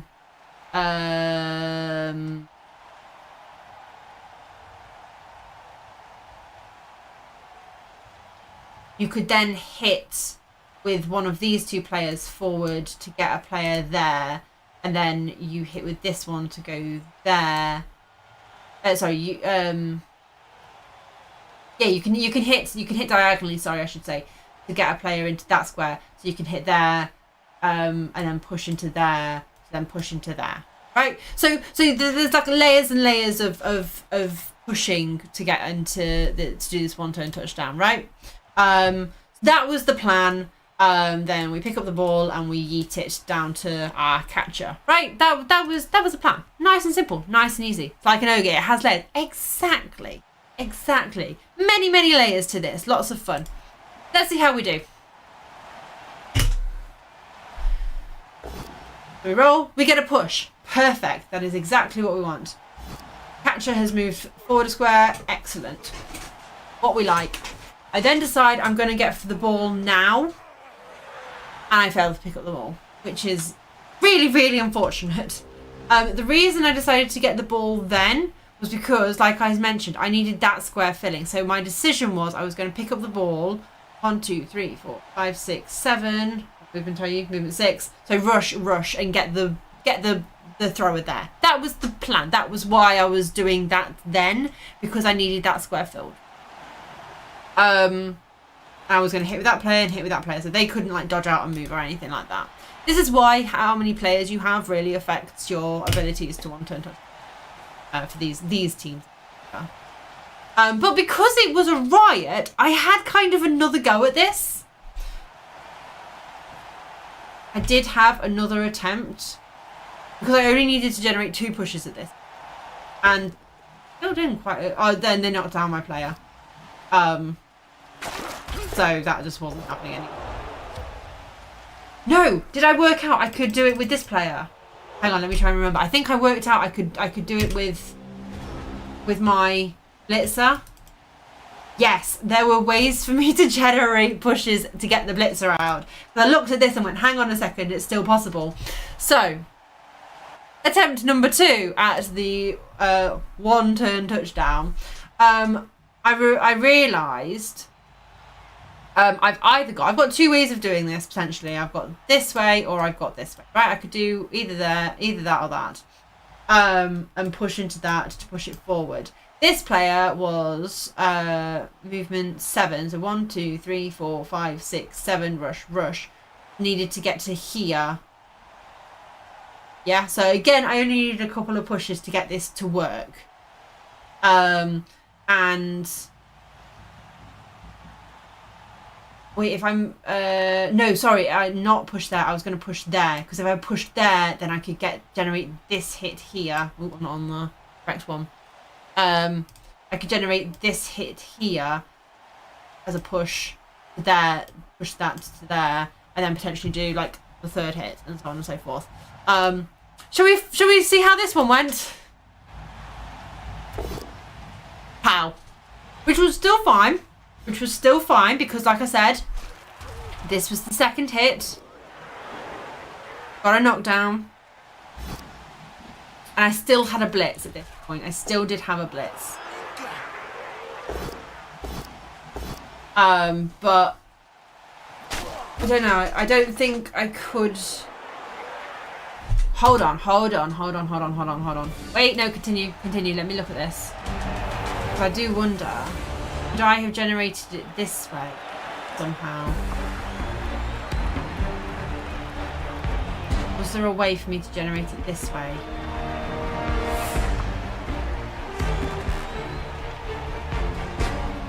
Push. No, I would have needed those 2 squares. I was trying to think if there was a way of, if I could fill in this square. Could I have done it with that square and that square would have needed to have been filled? No. Oh well, it's nice to think it could have happened. Alright, so that was game number 5 and most likely my last game with my humans. I hope you enjoyed my human run. I know it wasn't very long, but if you'd like a specific team to be, if you want me to have a run with a specific team to try and learn them, there's a lot of teams I have not played. Please do let me know, comment them in the comment section, and remember to like and subscribe, and I shall see you in the next video. Bye! Alright chats. Whew. I love doing these analysis streams. Halfling run. The thing is, I mean, I'm going to play halflings regardless. Like, halflings are going to be played regardless. But in terms of learning them, you don't play them the same way that, and you don't learn them the same way that you would like a human team or a Skaven team or, you know, things like that. Does that make sense? So while I agree that I'm definitely going to play halflings, that is an absolute yes, I don't think they would work for the content that I'm trying to do with the analysis stuff. Simply because that's all about like learning. It's about learning how to play that team, and it's about learning how to do the stuff. So I am definitely doing halflings. Do not fret; they will absolutely. Oh, the audio sometimes goes a bit funny when I switch screens. Okay. Who am I going to send you off to? Streaming. After seeing team cosplaying as gnomes, though, I have done a Black Hawk goblin team, like goblin only team, as a gnome team. I have done that. Do we want to go and see somebody who is? Everyone's. You know what? I've not raided this person in a while. This person's a friend of mine, so they're not streaming Blood Bowl. So I understand if that's not your kind of content. But this is a friend of mine, and it's really lovely. And I've not raided her in a little while. So she's currently doing Final Fantasy 14. She's doing some of the like big raids and stuff. So yeah, I will be back maybe Friday or something like that. Yeah, we'll do something on Friday. My next YouTube video comes out tomorrow. That's Game 2 analysis video. Please check out my YouTube channel if you have not already. If you are a follower, you should be able to get these emotes. So please copy and paste this message into her chat when we arrive. I think that's everything. So I will see you guys in the next stream. See you later. Bye.